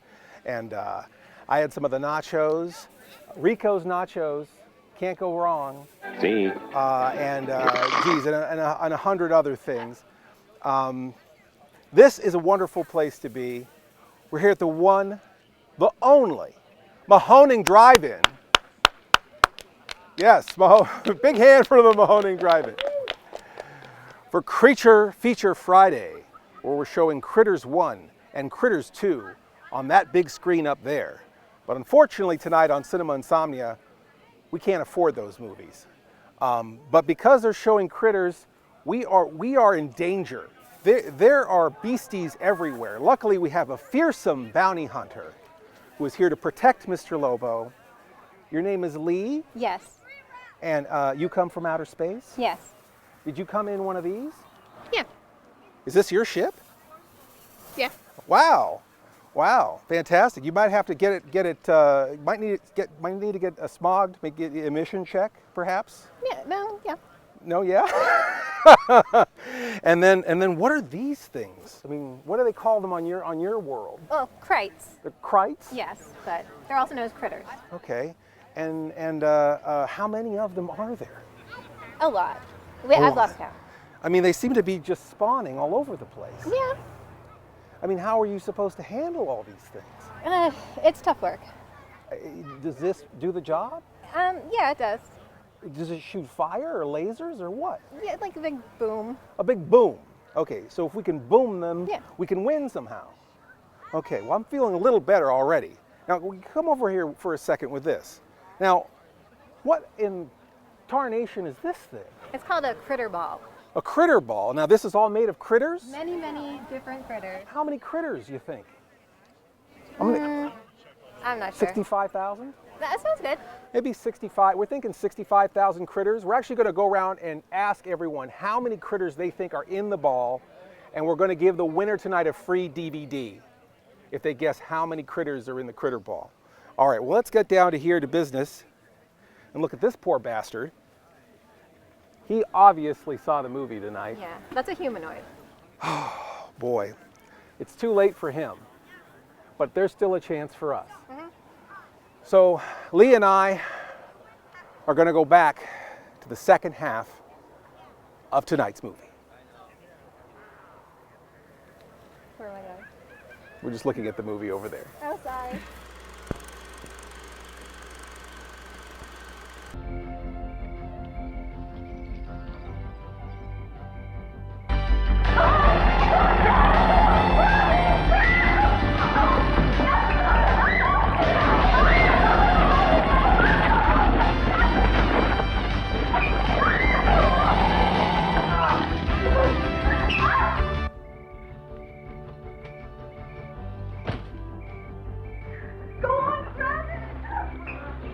It's like a new dance.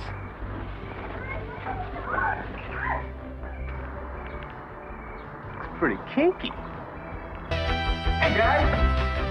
Under here, something wild and uncontrollable and loose. I know, I'm here to take you out. Oh, it's those rat animals!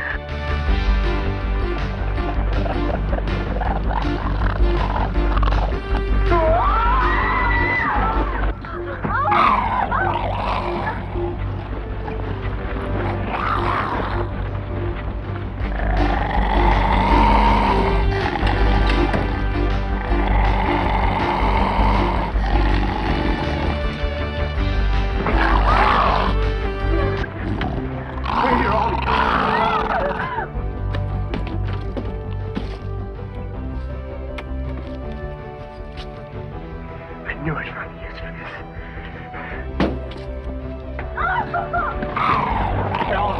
Open the door. Stand back. Oh my God, what do you call that? Urban renewal.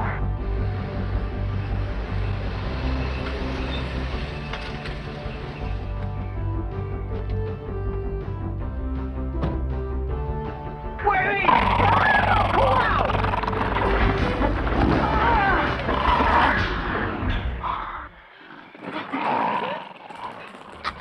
No, put that out!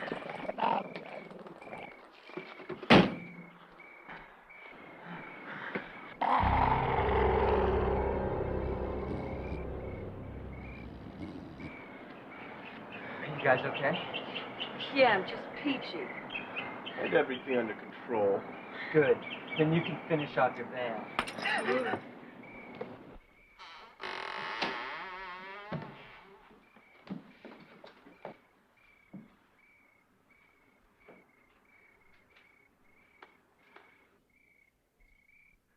I don't understand. What were those things? It's a long story. What they do to your body is nothing compared to what they do to your mind. I don't have to worry about that. You sure you're all okay? I mean, you don't feel anything different, do you? I think I wet my pants. I was only kidding. And none of you have a desire to do anything you've never done before, right? I don't think there's anything left that we haven't done before. How about you, Amy? Well, actually, I did want to try this new Chinese restaurant that I heard about. Kyle? Could I use your telephone again? I want to call my girlfriend. We still haven't met this mystery girl of yours. What kind of relationship do the two of you have? I guess you'd say it's a fantasy relationship.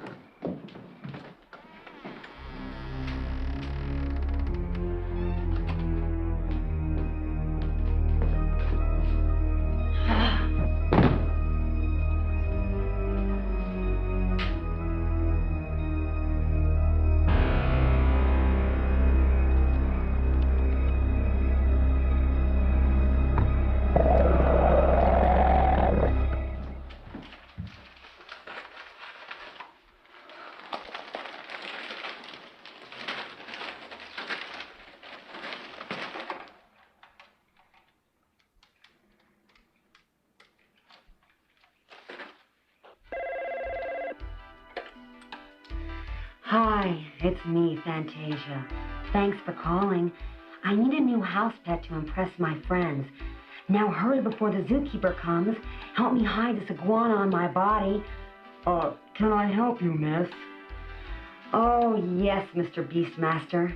Something just caught up my leg. Oh, see if you can find it. I think you better come back to my office with me. Now, wait a minute. Are you sure your office is in the baboon pit? Oh, Mr. Zookeeper, what do you think you're doing? This isn't the children's petting zoo. I have a new house pet for you, miss. Oh, Mr. Zookeeper, I could never take a cockatoo that size. Oh. Now stop wasting your money calling me. I'm right outside your door. Don't keep me waiting, lover.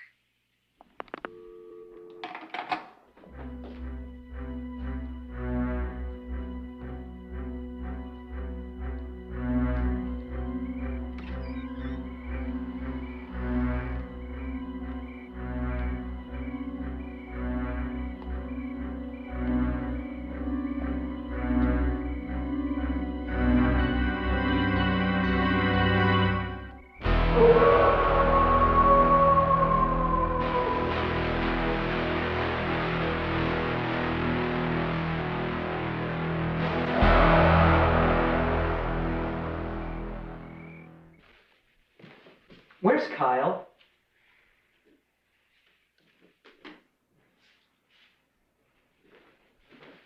Didn't you guys see where he went? No. Do you kiss on the first date? I go all the way on the first date. My kind of woman. My place or yours? Neither. We'll go to Reputation Road. I'll drive.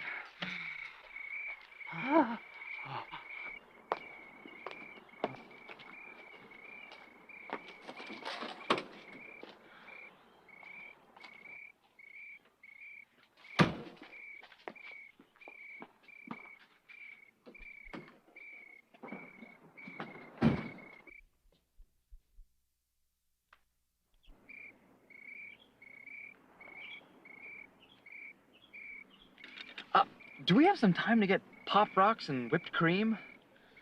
Just start the car. Reputation Road, here we come.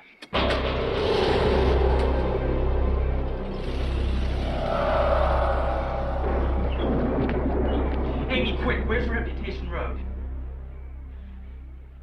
Daphne, where's Reputation Road? You go down to the end of the street, make a right, go through 2 traffic lights and up the hill, and there it is. So I've heard. What's going on? I don't have time to explain. It's about those creatures. I've got to go across town and get Kyle. I want the rest of you to stay here. Don't make a move or do anything. And above all, don't fantasize about anything.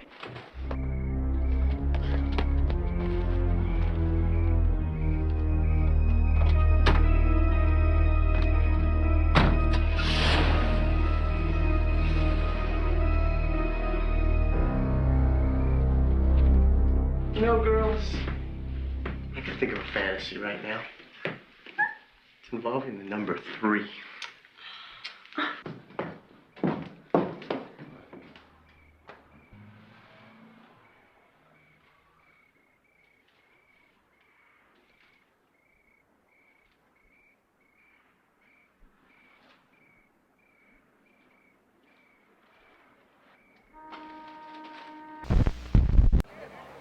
Wow. Wow, what did you think of that? Amazing. Incredible. Incredible. Now, speaking of incredible, Yes. you made this. Yes, I did. From your hands. Now, this From my is hands. like, what is this, Wookiee scalps? Or Yes, how- it is. Yeah. No, this is actually fake fur. Fake fur. Yes. Mm-hmm. Yep. And the core is actually a 9 feet tall inflatable beach ball. Wow. So you took a 9-foot tall inflatable beach ball and covered it in fake fur. In fake fur. That sounds expensive. Yes. Yeah. And difficult. Yes. Yeah, very time consuming. 3 days. I made this in 3 days. Started this on Wednesday. So three days, 12-hour days. I worked until about midnight, until the ground got dewy, because the fur does not like water. Wow. Yes. That's incredible, Steve. Thank you. That is incredible. Thank you so much. Oh, you're welcome. For bringing your creativity and your effort and making this such a great show so that we can all have a ball. Oh, anytime. It was my pleasure working on this for all of people, all of mankind to see. For all of mankind. Yeah. Cinema Insomnia. We'll be right back.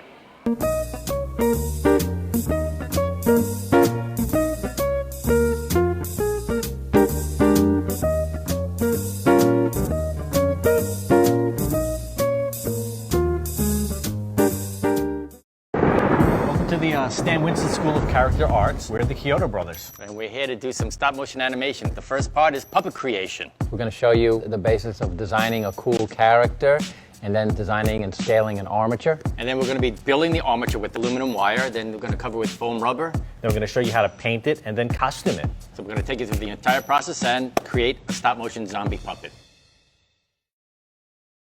Me want honeycomb. Again, with passion. Me want honeycomb. He looks better on TV. Cut! What? This stinks. Where is my massage? Okay, let's shoot the cereal. Honeycomb! I just gotta have that honey sweet crunch. Me want honeycomb! Move it, hula boy! Table for 2, please. Perfect! It's so real! Honeycomb cereal is part of this good breakfast. More milk, my man. Yeah. Feeling a little frisky? Want to take a walk on the wilder side? Call 1-900-HOT-BOT. Experience former animatronic cowgirl robots from Dollywood. Howdy, partner. Pew, pew, pew. Still looking for something wilder? Try our new, sexy medical treatment robot doctors. I was created to prevent diseases, but people kept having sex with me. Do you enjoy my superfluous belt? That is interesting. Ooh, baby. That must be how the West was won. Ooh, baby. Call 1-900-HOT-BOTS now.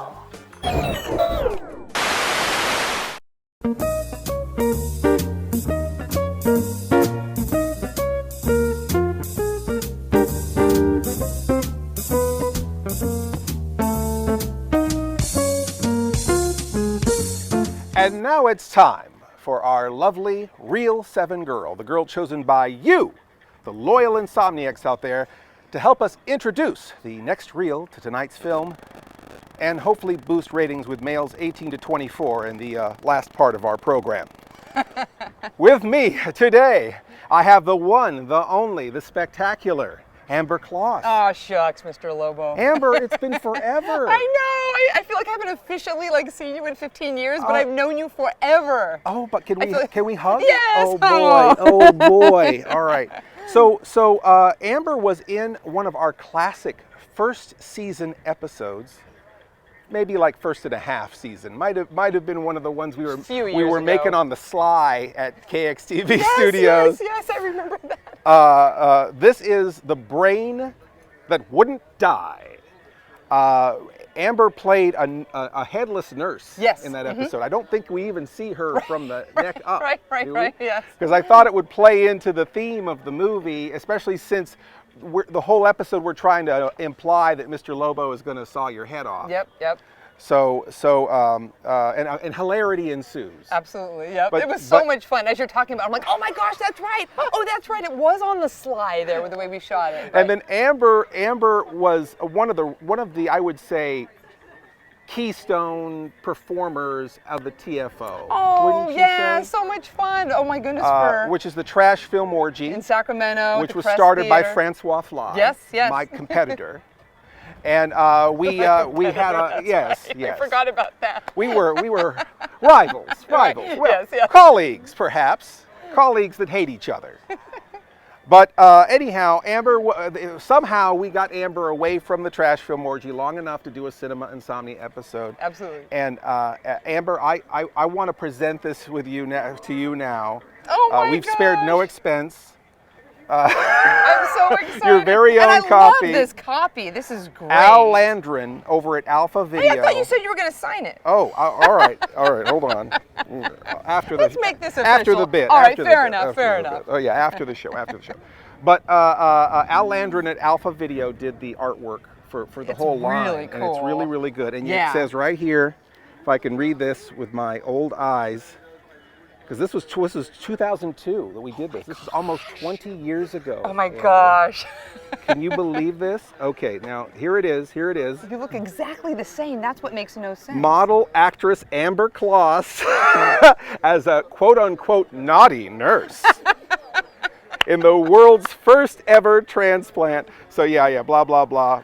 Oh, world's first ever transplant using an actual house plant. Yes, oh that's right, yeah. So, oh my God. So anyhow, there it is for you. Oh, what a treat, what a treat, especially after all these years, thank you. And so I guess the only thing now is for you to introduce the next reel of tonight's movie.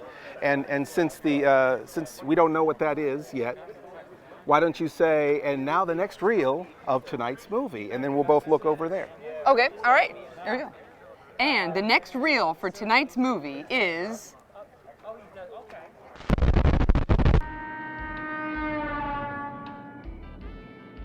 Oh, Fantasia, you're my ideal woman. You're intelligent, you got a wonderful personality. I'll bet you're a great cook, and I just know my mom's gonna love meeting you. Will you marry me? Skip the ceremony. We're going straight to the honeymoon. Oh, Fantasia. Baby, I could watch you all night long. If you don't go any faster, we could be driving all night long. Now hurry. I know a shortcut.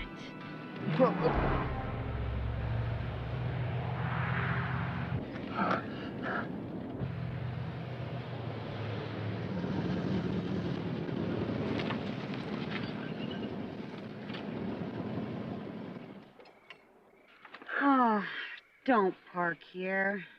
Why not? You have to park near the edge if you want to go all the way. Oh, yeah, sure.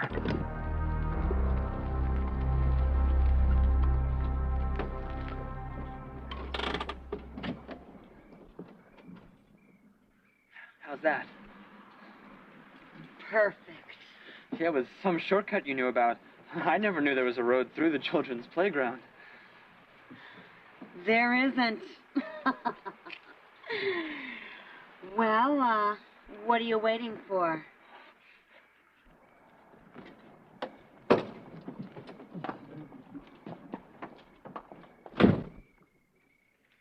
Fantasia, where are you going?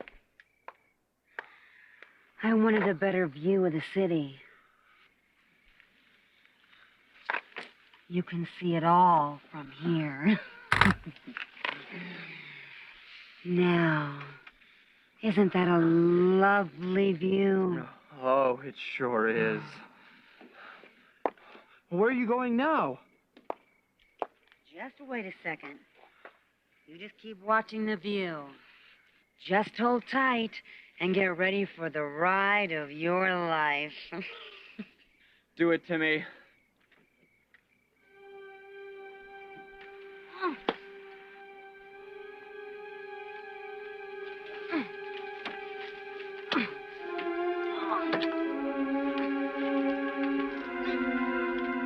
Any help? Would you get back inside and wait for me? This time, don't move.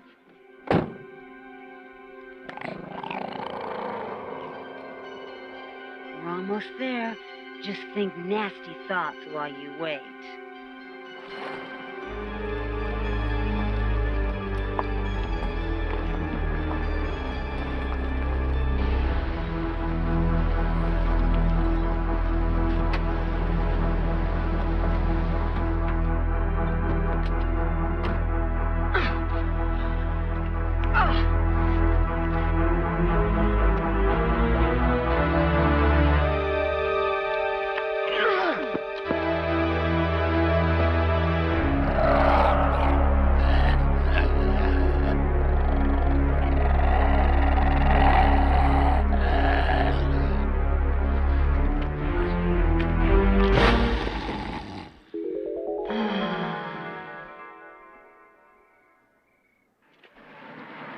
Do it to me, baby. Oh, damn fool! What are you doing here? I want you to meet my girlfriend. Wait till you see her. Fantasia? Honey? Kyle, there's no girl. She was a figment of your imagination. No, she's not. She's just hiding somewhere. I told you, she's a shy girl. Sweetie? Shy girl? That bleach blonde witch almost killed you. She was back there trying to push your car over the cliff. Hey, come on!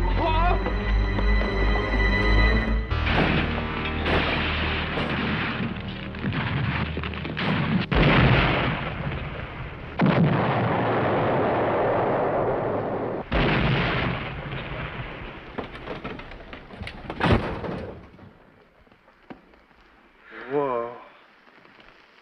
Now do you believe me?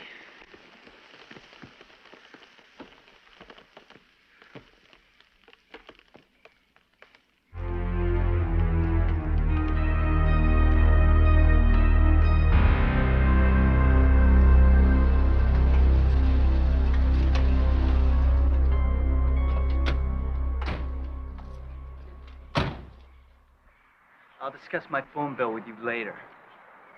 Oh, no. They're gone!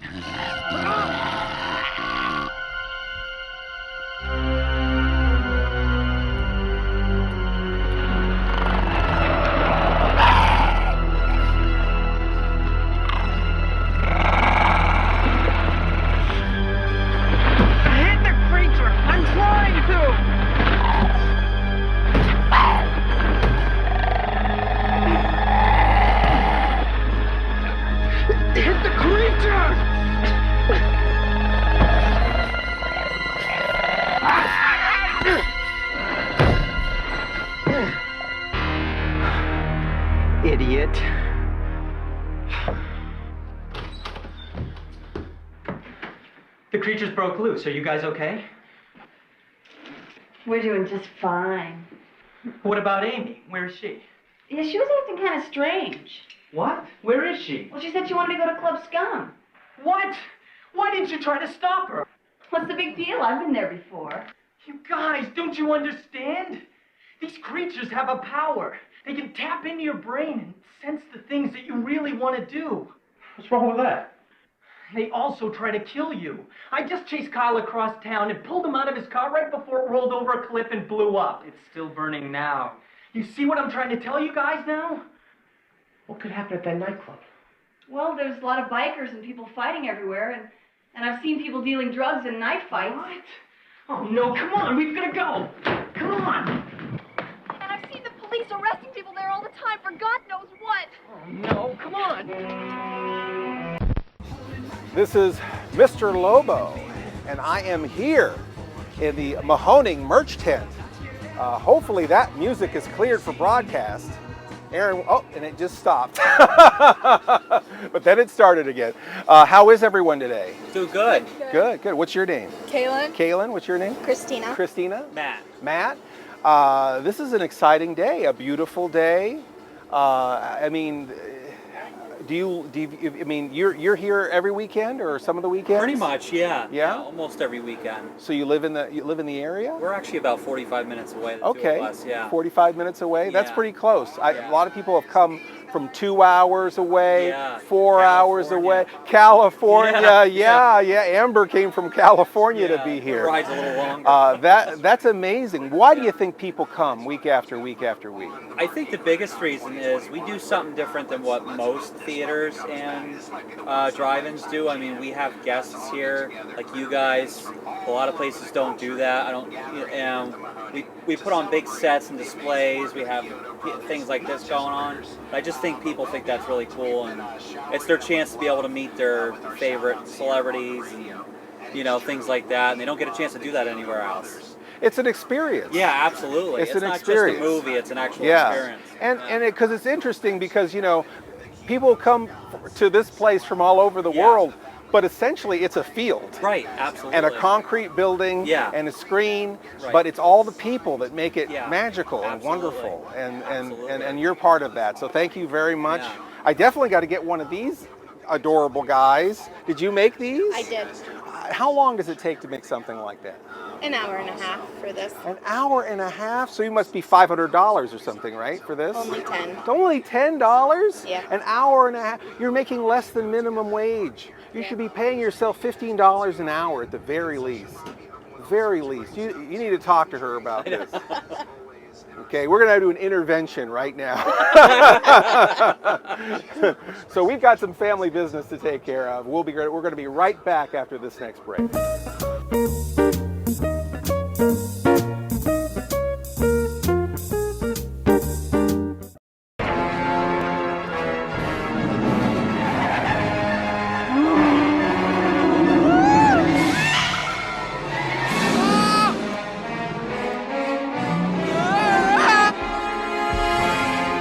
It's back. Big is back because bigger is better. 6000 SUX, an American tradition. Jonathan is having a housewarming party. Wow! Unfortunately, there will be some surprise guests. They have very bad manners. And they have no respect for privacy. They'll wake up the neighbors. What the hell's in there? And they never take no for an answer. Man, that chick is really a screamer. Ghoulies, once they show up, you can never get rid of them.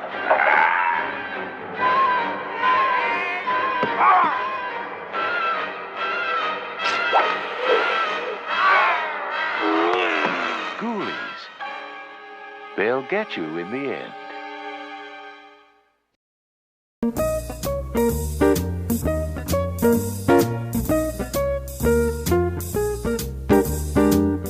This is Mr. Lobo, and I am here with the architect or the creator of our space vehicle here, right? It's what is it called in the movie?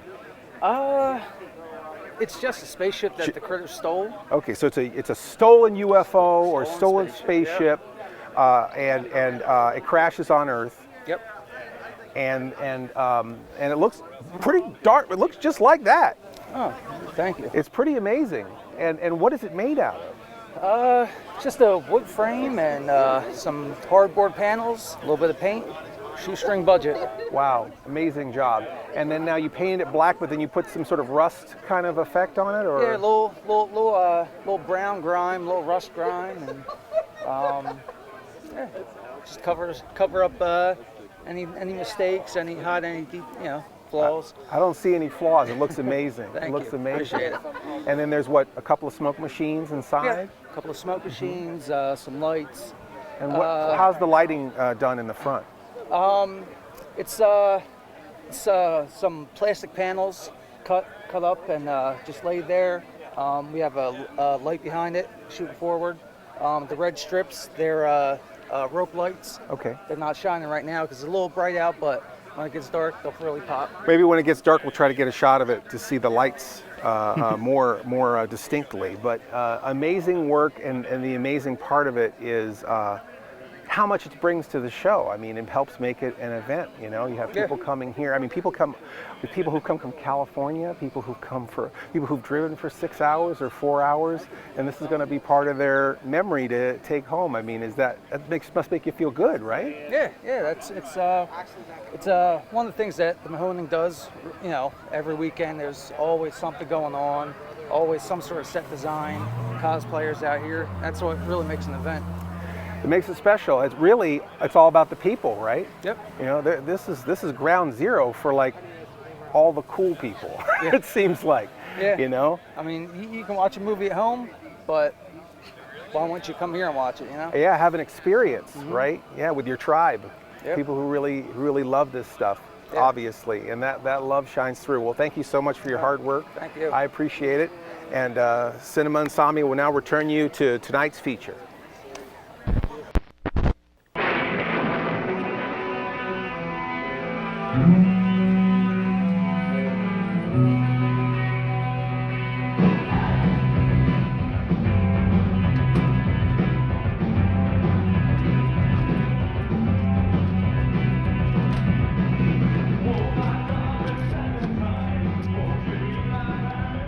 Daphne, I think you got this all wrong. Amy would never come to a place like this. She won't even go through the mall parking lot by herself. Just listen to me. You guys have to have a certain kind of attitude when you're in this part of town. You gotta look like you belong, okay? Yeah, I get it. Look, would you just listen to me and nothing will happen? Now look, I think one of us should hold all the wallets for safekeeping. You. Quiet and just be cool.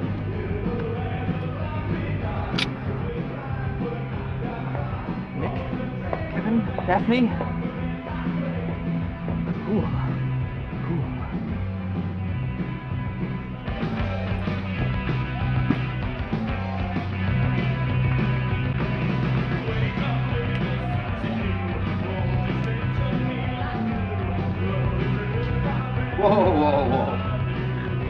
Where do you guys think you're going?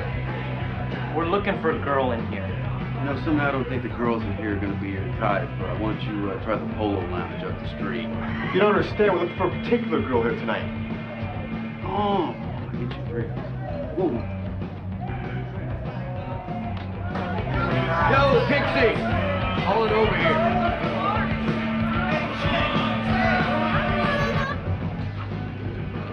Yeah, what is it? You working here tonight?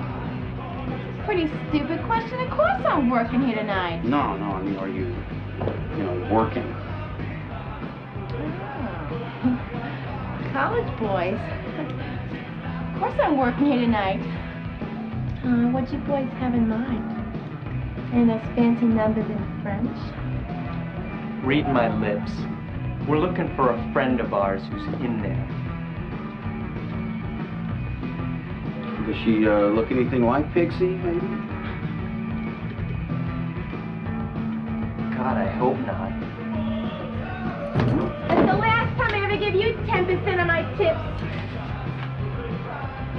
10% of her what? All right, that's it. You guys, you're out of here. Get out of here.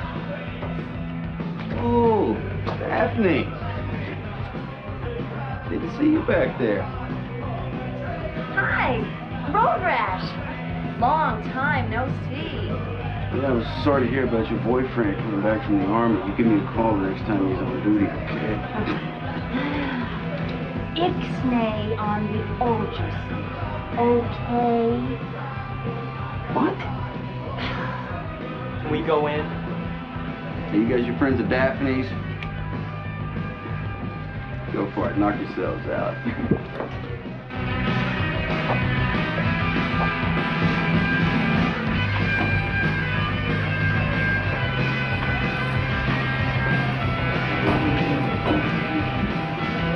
Do you guys see her anywhere? Oh, would you just sit down before people start staring at us?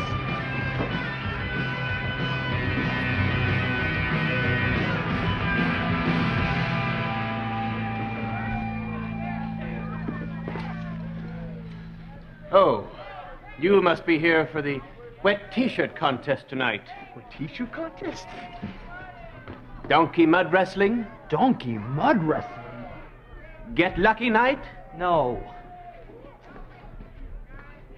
Oh, I'm sorry. The donkey mud wrestlers are supposed to use the rear entrance. Enjoy the show. Hey, Daphne. Hi, Dad. Sit down. How well do you know those guys? It's just platonic. Oh, really? Oh, would you just shut up, okay? Hey, you guys aren't much of a help, you know. We're supposed to be looking for Amy. Well, why don't you try looking under the tables? Yeah, Daphne's an expert on being under the tables here. What color are the rugs, Daph? Same color as the carpet ferns on my knees, Nick. Get you guys something to drink here? Maybe later. There's a 2-drink minimum here. Look, we're all underage, okay? Oh. Road Rash, come here, quick. Yeah, what is it? None of these kids are 21 yet. All right. How many fake IDs we need here? This says I'm 40 and handicapped. So what? You got a problem with that, Junior? No, I'll limp.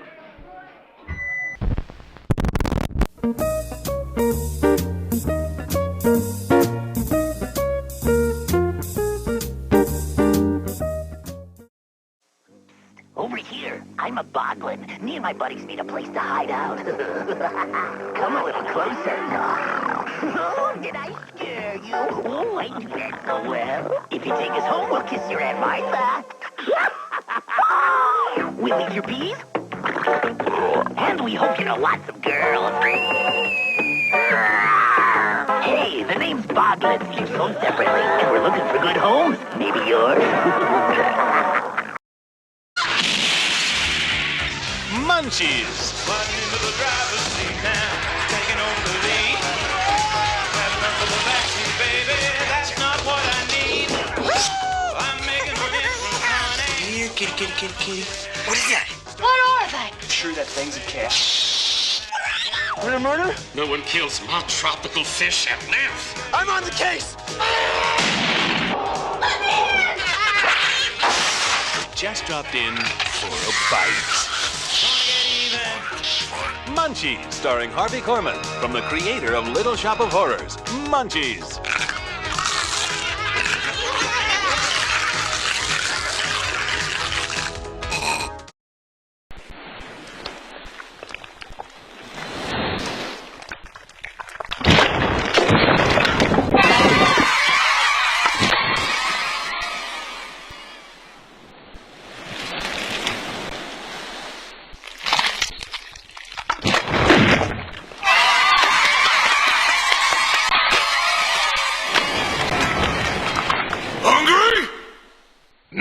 Seafood noodle! Nishin! From Touchstone Pictures, monstrous trolls have sprung to life. I sure hope you're from Keebler. And now Ernest P. Worrell is springing into action. He'll try anything I know Tai Chi Kung Fu, chow mein. and everything Your shoes untied. to save the day. It's showtime. It's Ernest P. Worrell in a brand new movie. Ernest Scared Stupid. How about a bumper sandwich, booger lips? Know what I mean? Starts Friday, October 11th at a theater near you.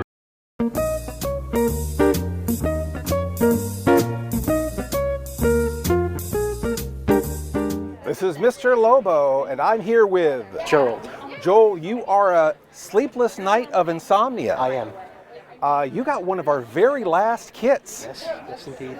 And you came here to Creature Feature Friday to track down Mr. Lobo. I did. Because I forgot to sign your certificate. Yes.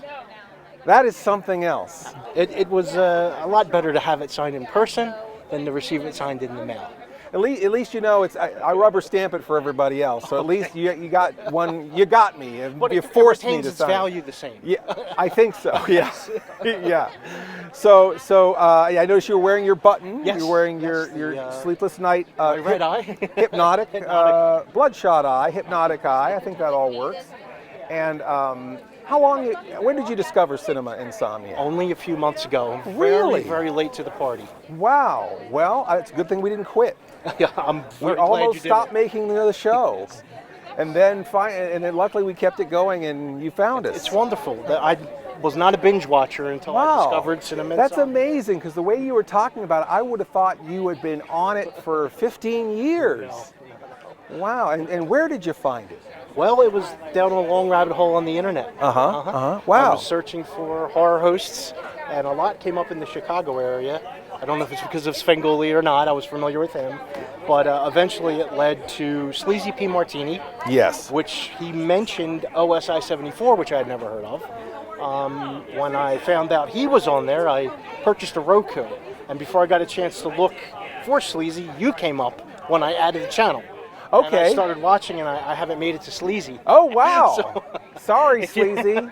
It's interesting because, Sleazy's a horror host fan. Yes. And I made a film in Virginia called Virginia Creepers. And it was about horror movie hosts. And Don had seen that, or Sleazy had seen His that. assistant. Don's assistant showed it to Sleazy's assistant, Don. That good save. Sleazy's assistant, Don, showed it to him, and so he invited Mr. Lobo to the slave pit. Oh, wow. And I got to see how they made all the guar stuff, all the blood cannons and the fantastic things.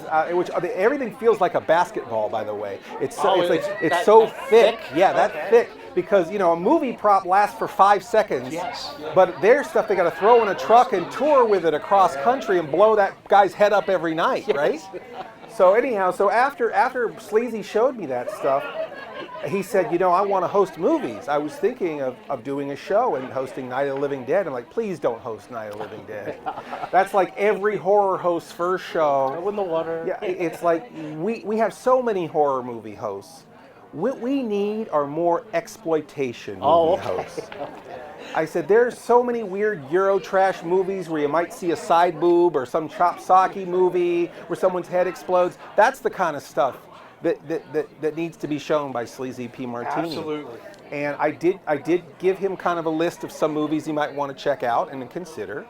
And I wrote some of the early promos, like, put the kids to bed, you don't want to see this, or, you don't want them to see this, or, movies for adults with juvenile tastes, those kind of things. So I wrote a couple promos, and he just started making the shows and sending them. No agreement, no money, no. Well, that sounds like Sleazy. Yeah, it's like, whoa, okay. So he sends us the show, he sends us his shows, and we partnered with a lot of our friends who either had bad distribution deals or people who we wanted to work with, and we launched OSI 74. And what's really nice about it is no matter what happens to Cinema Insomnia in syndication or anywhere else, we have a base. We have one place we can point to and say that's where the show is, and you can watch it there. And and I think that's good for all of the producers to have like one place where they can go, here's where you can see, my show, And there's certainly people looking for it. Well, so glad you found it.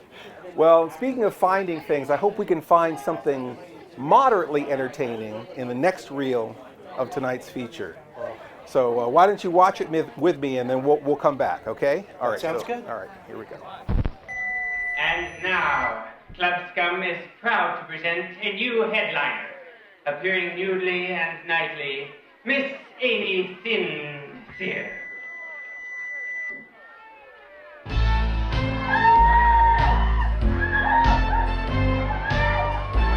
Oh my God.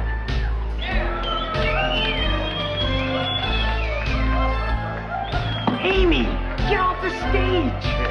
Sit down and shut up.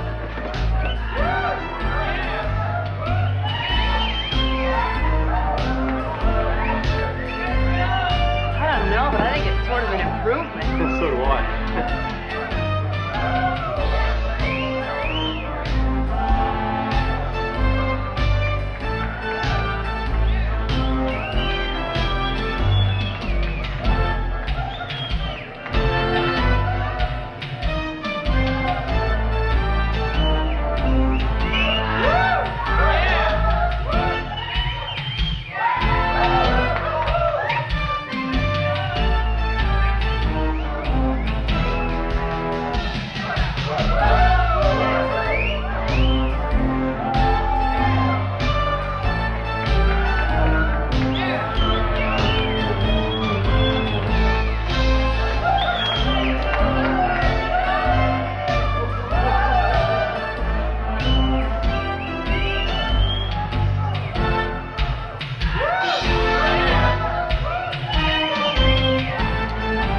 Bet you showed her how to do that, huh, Daphne?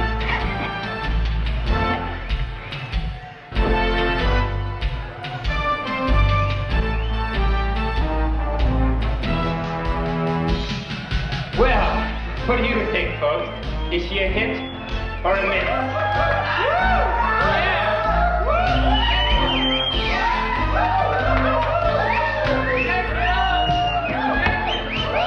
Amy, you don't know what you're doing. Get off the stage! Amy! Amy, get off the stage!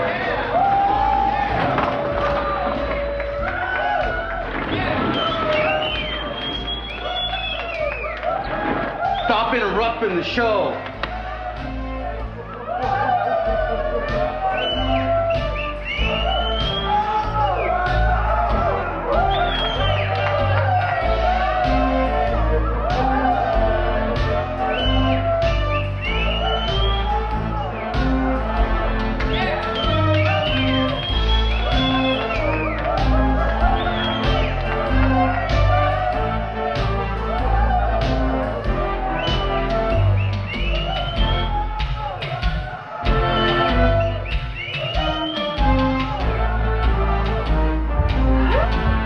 I want you to treat me like dirt. Spill your drinks on me. Show everyone that I'm not wearing any underwear.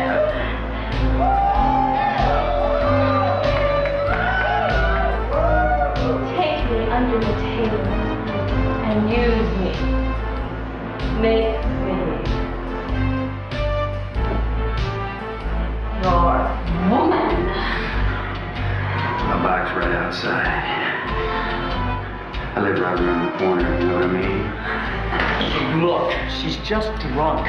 She doesn't even know what she's saying. She's never even been on the back of a motorcycle. She's terrified of them. Riding a motorcycle is like sitting on the world's largest vibrator.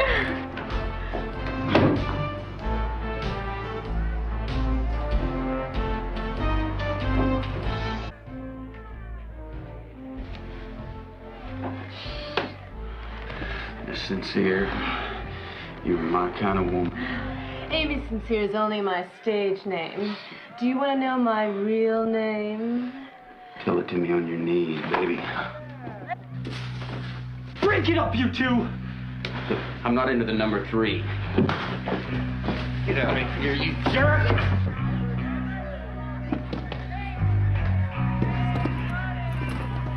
Would you guys stop sitting there and help me?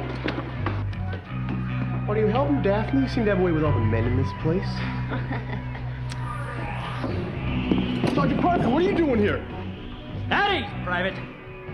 I'm out on a weekend pass. I hear Pixie's working tonight. You go out in public in full uniform? A real soldier dies with his boots on. This way, this way. Number one! What's going on here? Just a problem involving some small predators, sir. I see. Sort of a marauding attack? Yes, sir. I believe that we need to stage a diversion. Private, who's in command here? You are, sir. Then I'll make the decisions. We need to stage a diversion. And I have just what you need.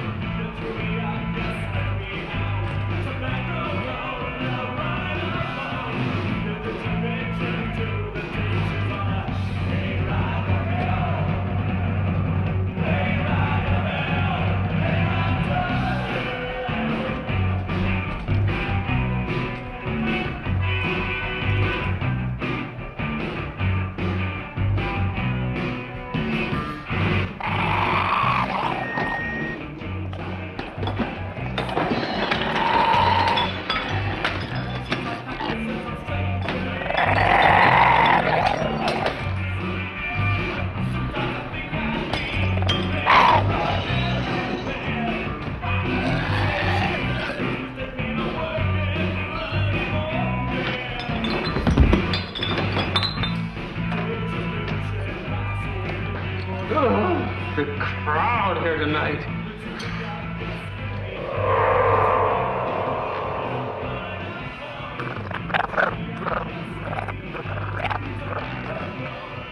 Pixie, did I ever tell you that I was a talent scout for a major motion picture studio?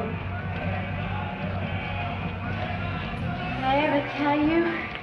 I've always been attracted to men of your stature. Oh, Pixie. Pixie. Pixie. Oh, Pixie.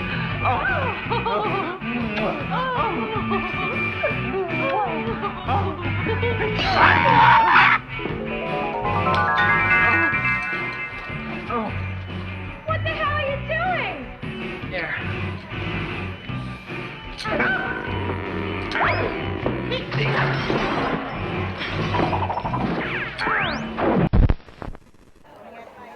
Whoa. Well, that was certainly no Critters or Critters 2. I'm not sure what that was.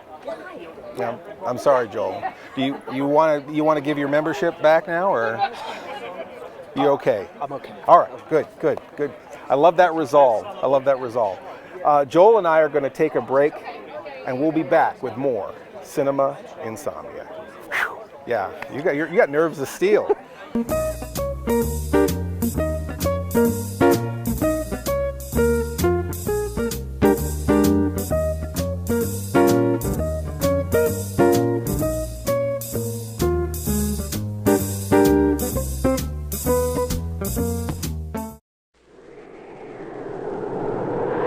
Visitors from outer space! We come in peace to bring you terrific tasting space dust sizzling candy. Space dust? Wait till you experience the sizzle of galactic grape, orbiting orange, and cosmic cherry flavors. Wow, the cherry tastes delicious! I'm sizzling great! Space dust sizzling candy. In your mouth, it's out of this world. Far out! Space Dust, available in outer space or your local store.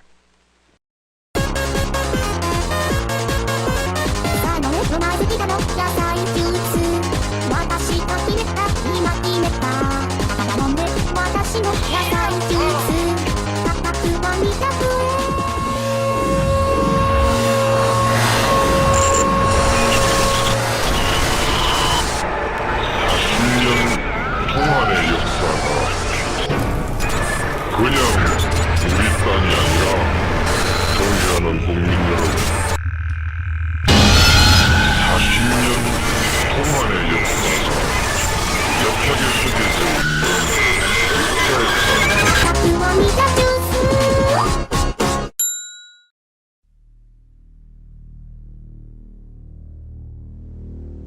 We told you the rules, Oh, the rules. Remember the first one? 1, you can't get them wet. but you didn't listen. 2, don't let them get exposed to bright light, especially sunlight. We made it very clear, And the third one is don't let them, 3. but you got confused. All right, let's go over everything again, all right? We warned you. You keeping some kind of pet in there? Could that have been a... I'm so sorry. Gremlin? You okay? How's your hand? Now, they're back. Wilder. Well, it's rather brutal here. We're advising our clients to put everything they've got into canned food and shotguns. Tougher. And scarier. If these things get out of the building, then that is it for New York. We've just got some problems. They say this is the city that never sleeps. Now, it has a reason. Gremlins 2, the new batch. Check it out one time, won't you?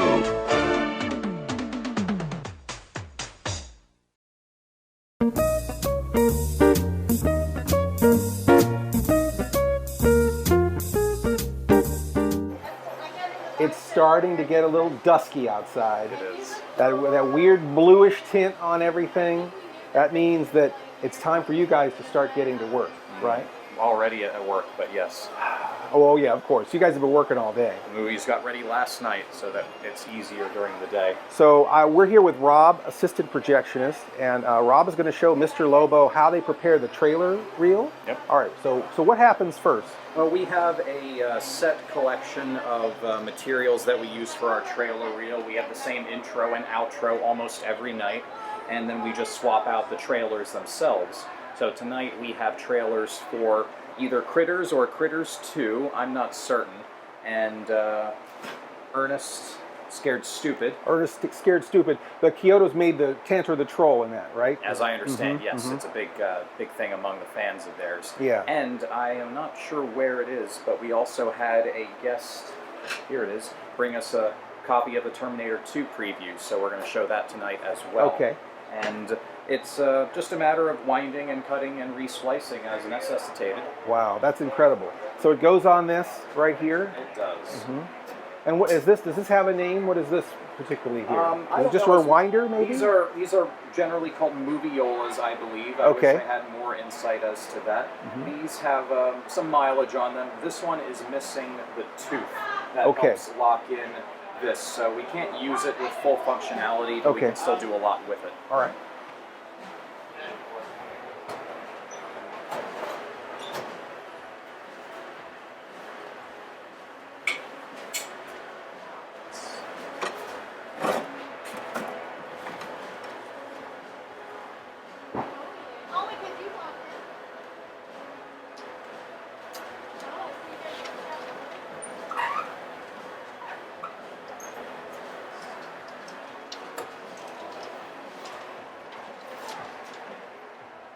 That is amazing. It is. Mark, your pleasant self-distracted. So you're putting this, you're winding it. Now this is made out of what? Acetone, celluloid. Anything I'd say would be a guess. Okay. Still getting there knowledge-wise. I know just enough to know how little I do. And so you're looking for the splice points? Yes. Mhm. I'm generally familiar with the main areas. This is the Let's All Go to the Lobby Oh yeah. intro. Let's all go to the lobby. We're pretty familiar with. An original copy, as I understand. Oh my gosh! Can you imagine? Maybe it's the one that they did a what is that called when they do a video transfer of telecine? They telecined it. Maybe. Who knows? Maybe. I wonder where Mark bought it from. He, who was just in here, has contributed a lot of things from his personal collection for our purposes. Now, a lot of people will just cut off the frames Okay. when they're doing this in Yeah. order to avoid having to peel off the tape. I don't do that. Okay. And not the least because you're not allowed to with certain film archives. Okay. So nothing is cut. No, not unless we absolutely have to. Not unless you absolutely have to. That's wonderful. And now. And then it's taped in there, and then you're winding it up. I'm winding the trailer in question onto the core here. And that piece of tape holds it together? It will keep it on the core. Wow. It's nothing that I would rely on for splicing purposes, say, although I have seen splices done with Scotch tape, which is a mother to remove. Wow, that's incredible. Well, we're going to let Rob work, and we will be back with more magic here in the projection room at the Mahoning Drive-In. Kevin, I got one of them. Good, let's hope it's the right one. Oh, rubbish. Do it to me. Oh. Kevin, quick, you gotta stop him. All right, Daphne can stay, but I want you two out of here.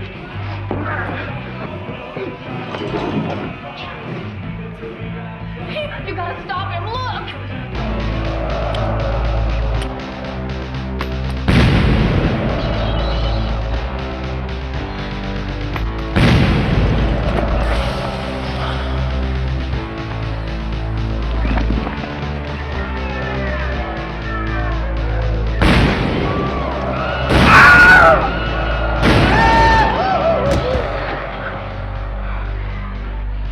So let's show.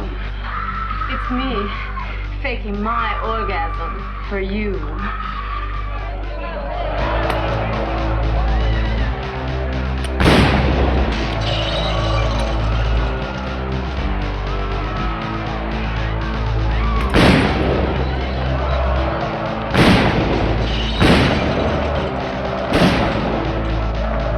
Wait a second.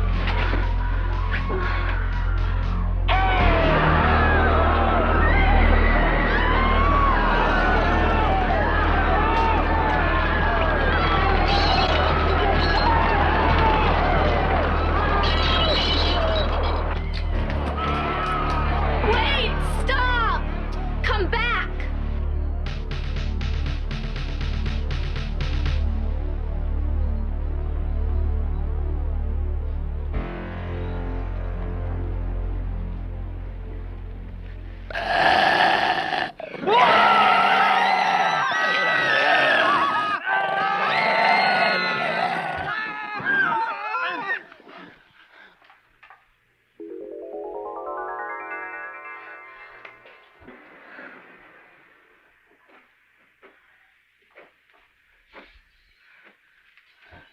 You still fake your orgasms for me? Fake this!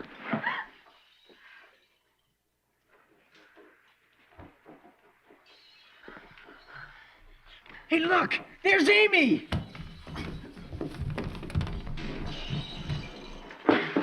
Amy, Oh, are you okay? I'm not sure why am I dressed like a rock video slut? It's a long story. I'll explain later. You there! Name, rank, serial number. Don't shoot me. I'm just an employee. I don't even book the talent here. Sergeant, can't you stop him? Why? This is the best training he's ever had. You can never get this at boot camp. You call that training? He could kill somebody. War isn't pretty. Daphne and Nick are still inside. We gotta try and help them. Wait. I have a special mission for you. You do? Yes. Have you ever considered joining the USO? The USO? Yes, think of it. Entertaining the troops. Doing your part for our country. A small but patriotic gesture that would be appreciated by our boys all fighting around the world. I'll do it. Good. You can start right away. I've got a truckload of soldiers out in the parking lot. If you start now, you can be finished with them by morning. What? Nick, do something. Your sergeant's after me. Just shoot him. One more time, babe. Here, do it yourself. Stop wasting time. Nick! Maybe I should send Nick off to some third world country. That would give you all the time that you need. Let go Well, of maybe I me. should get Nick out of the picture altogether. Nick, this is your sergeant speaking. Save the troops! That's it! Don't do it!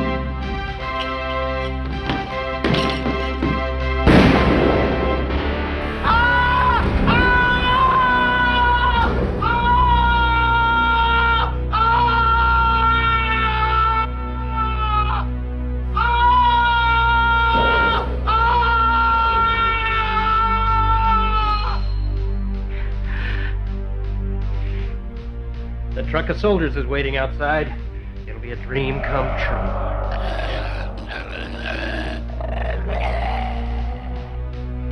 My dream can come true right now.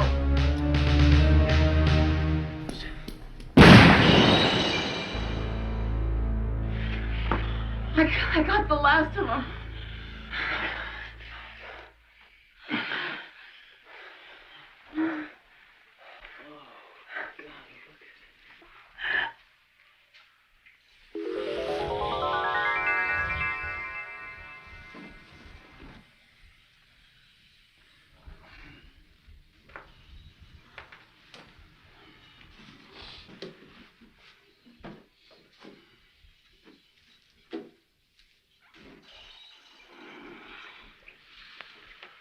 Must have been a rowdy crowd tonight. Hey, Miss Sincere. You know, I really like that show you're doing inside. Hey, scumball, the show is over. Why don't you just climb back under your rock? Daphne, I could have done that. Oh, sorry. Amy, I want you to know that I'll always be there for you. Well, you know, no one's ever really noticed me before like that. I mean, I've always just been thought of as Daphne's friend. This is the first time somebody came up to me like that. I kind of liked it. Amy, I meant what I said. I'm gonna prove it to you.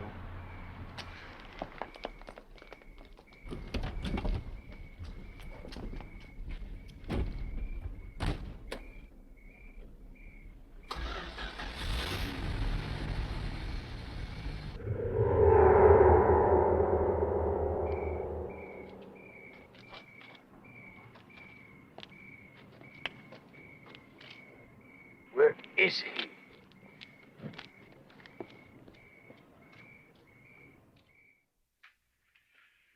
Mr. Comstock, I wasn't sure if you'd still be here this late.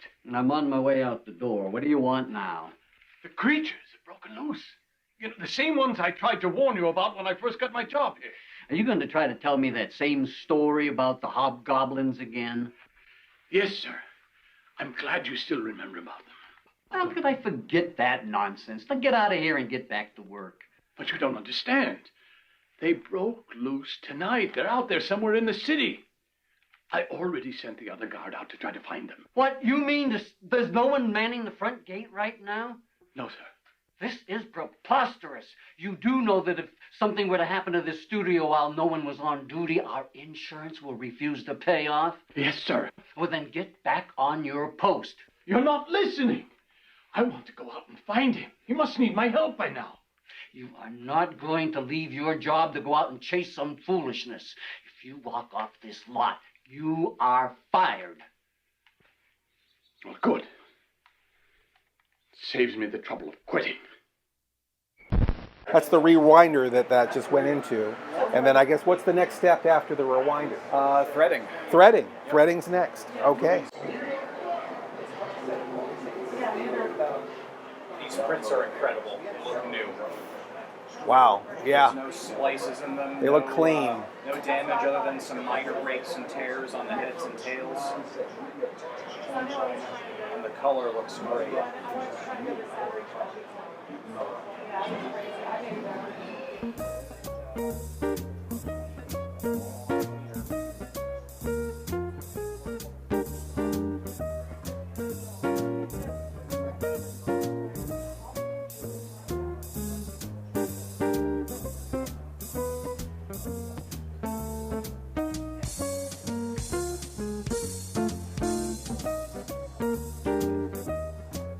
So this is the take-up reel here? Yep.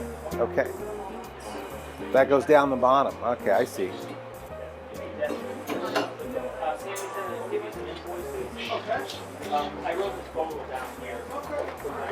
That is a long leader. But I prefer them that way. Yeah. Less damage to the movie. It's where the old phrase, take me to your leader, comes I from. like that. I have to keep that in my pocket. Yeah, boxes on my pocket. I love that. I was inspired. Let's just make up a couple. Looks like assistant projector Rob has got the first reel ready to go. And looks like they're ready to get to work in presenting tonight's feature presentation. So we're going to get to work and take another break. Cinema Insomnia will be right back.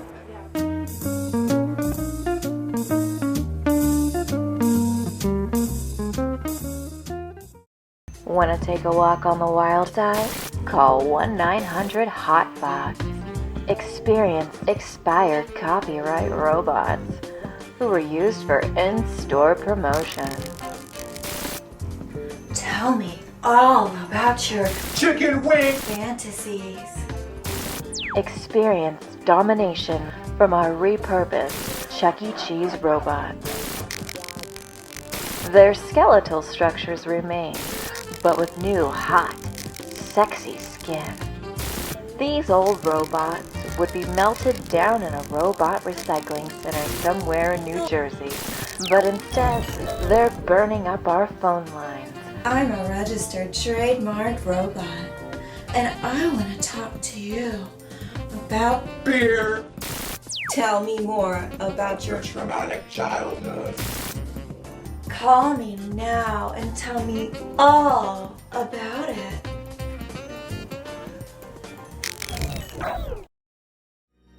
It was a night like any other night. Then something happened.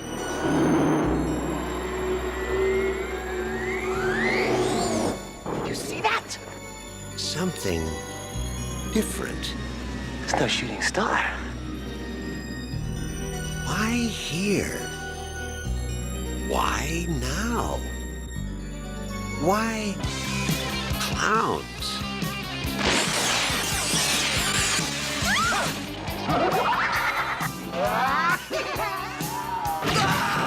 They've been knocking them dead all over the universe. What are you gonna do? Knock my block off?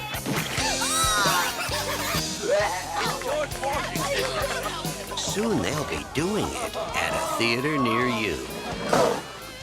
Killer clowns from outer space.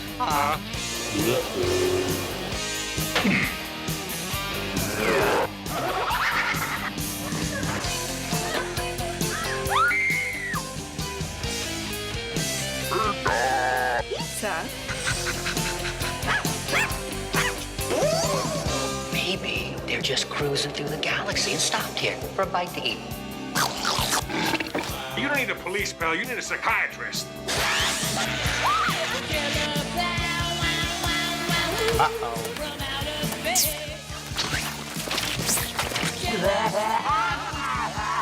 They want to play games? They're messing with the wrong guy. What are you in for? Killer clowns from outer space. It's crazy. Gypsy, present to the audience your tongue. Now we need to verify if this is indeed really your tongue. It is attached. It is quite slimy. You taste horrible. I know. Have you seen the things that I touched? Ah! So, friends and fans, we have verified this is indeed a real mousetrap. We have definitely verified that this is indeed a real tongue. So now, we set the trap. We place the tongue directly in the danger zone. Thank you, Kenny Loggins. I love you. Get the hair out the way. Get your hawk out of the way, and we spring the trap on the count of 3. 1Z, 2Z, 3Z, slam! Oh, yeah! Oh, where'd it go? There it is. Oh. That's my sound back. Oh. Oh, yeah. But anyway, friends and fans. Thank you, thank you.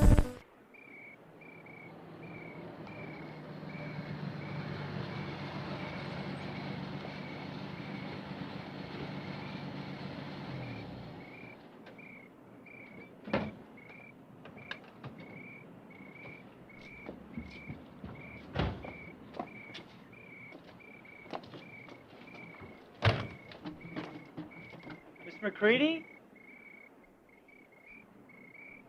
Hey there. We have a score to settle.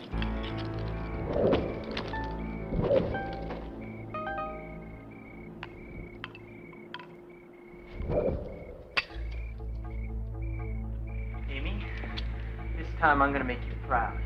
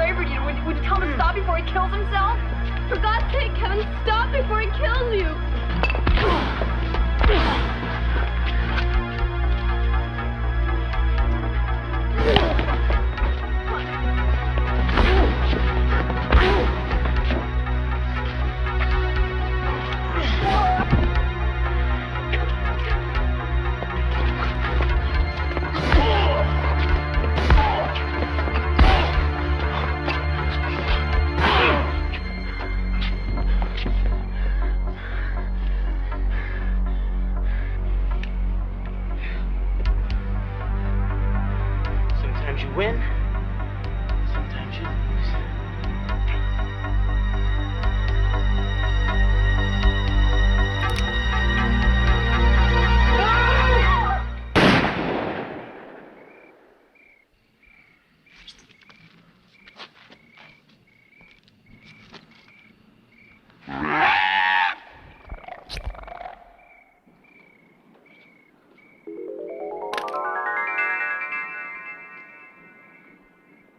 I'm sorry for sending you out on your own. I should have known the creatures would try to destroy you also. Where are they going now? Back to their home in the vault. Hurry, there isn't much time left. Kevin, wait.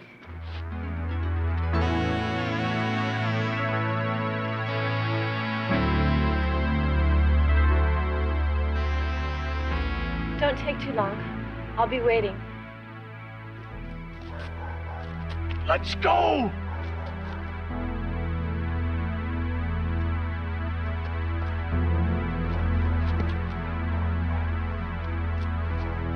Oh, come.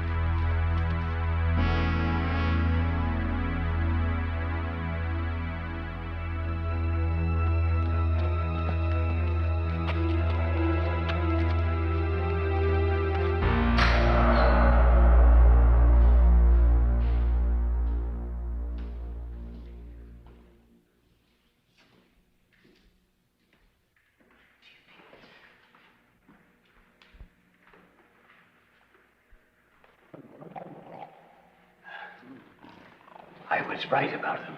They're back inside. Maybe we should get closer and lock them back inside again. No, I've spent 30 years guarding them.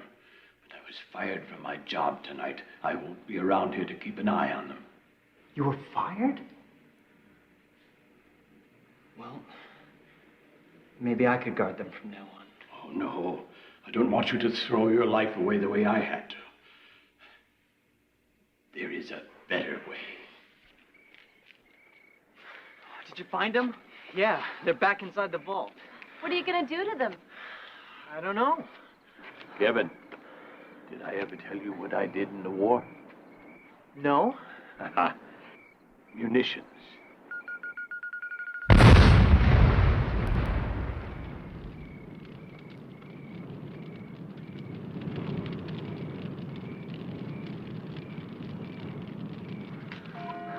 Isn't it ironic that they should pick a movie studio to land? Unless they figured they belonged in a dream factory.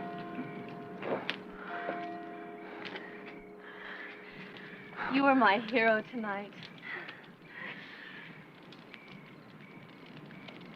What? Are you sure? Yeah, I'm sure.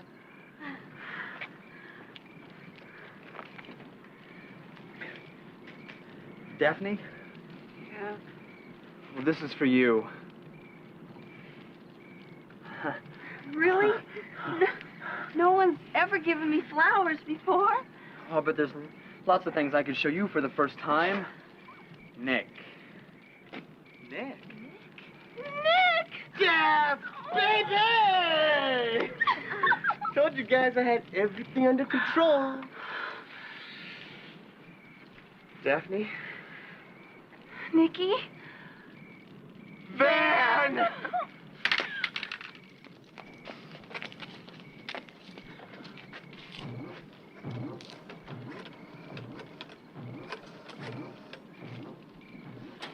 Hello, Mr. Comstock.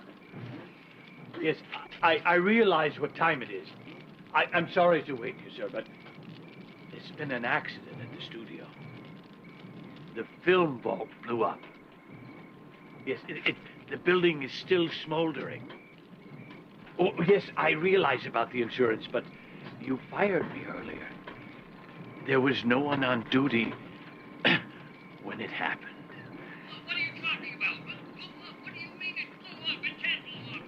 Excuse me, sir. Can I use your phone?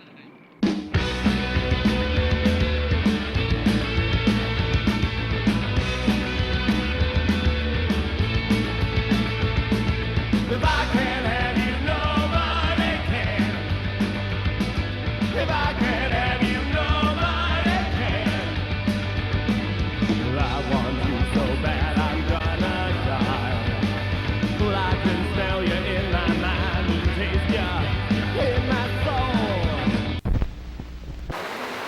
Well, during the last reel of tonight's feature, the sky opened up and blessed the Mahoning Drive-In with 20,000 gallons of rain. Mr. Lobo is soaked to the skin. I think that's enough creature features for one night. Thanks for watching Cinema Insomnia.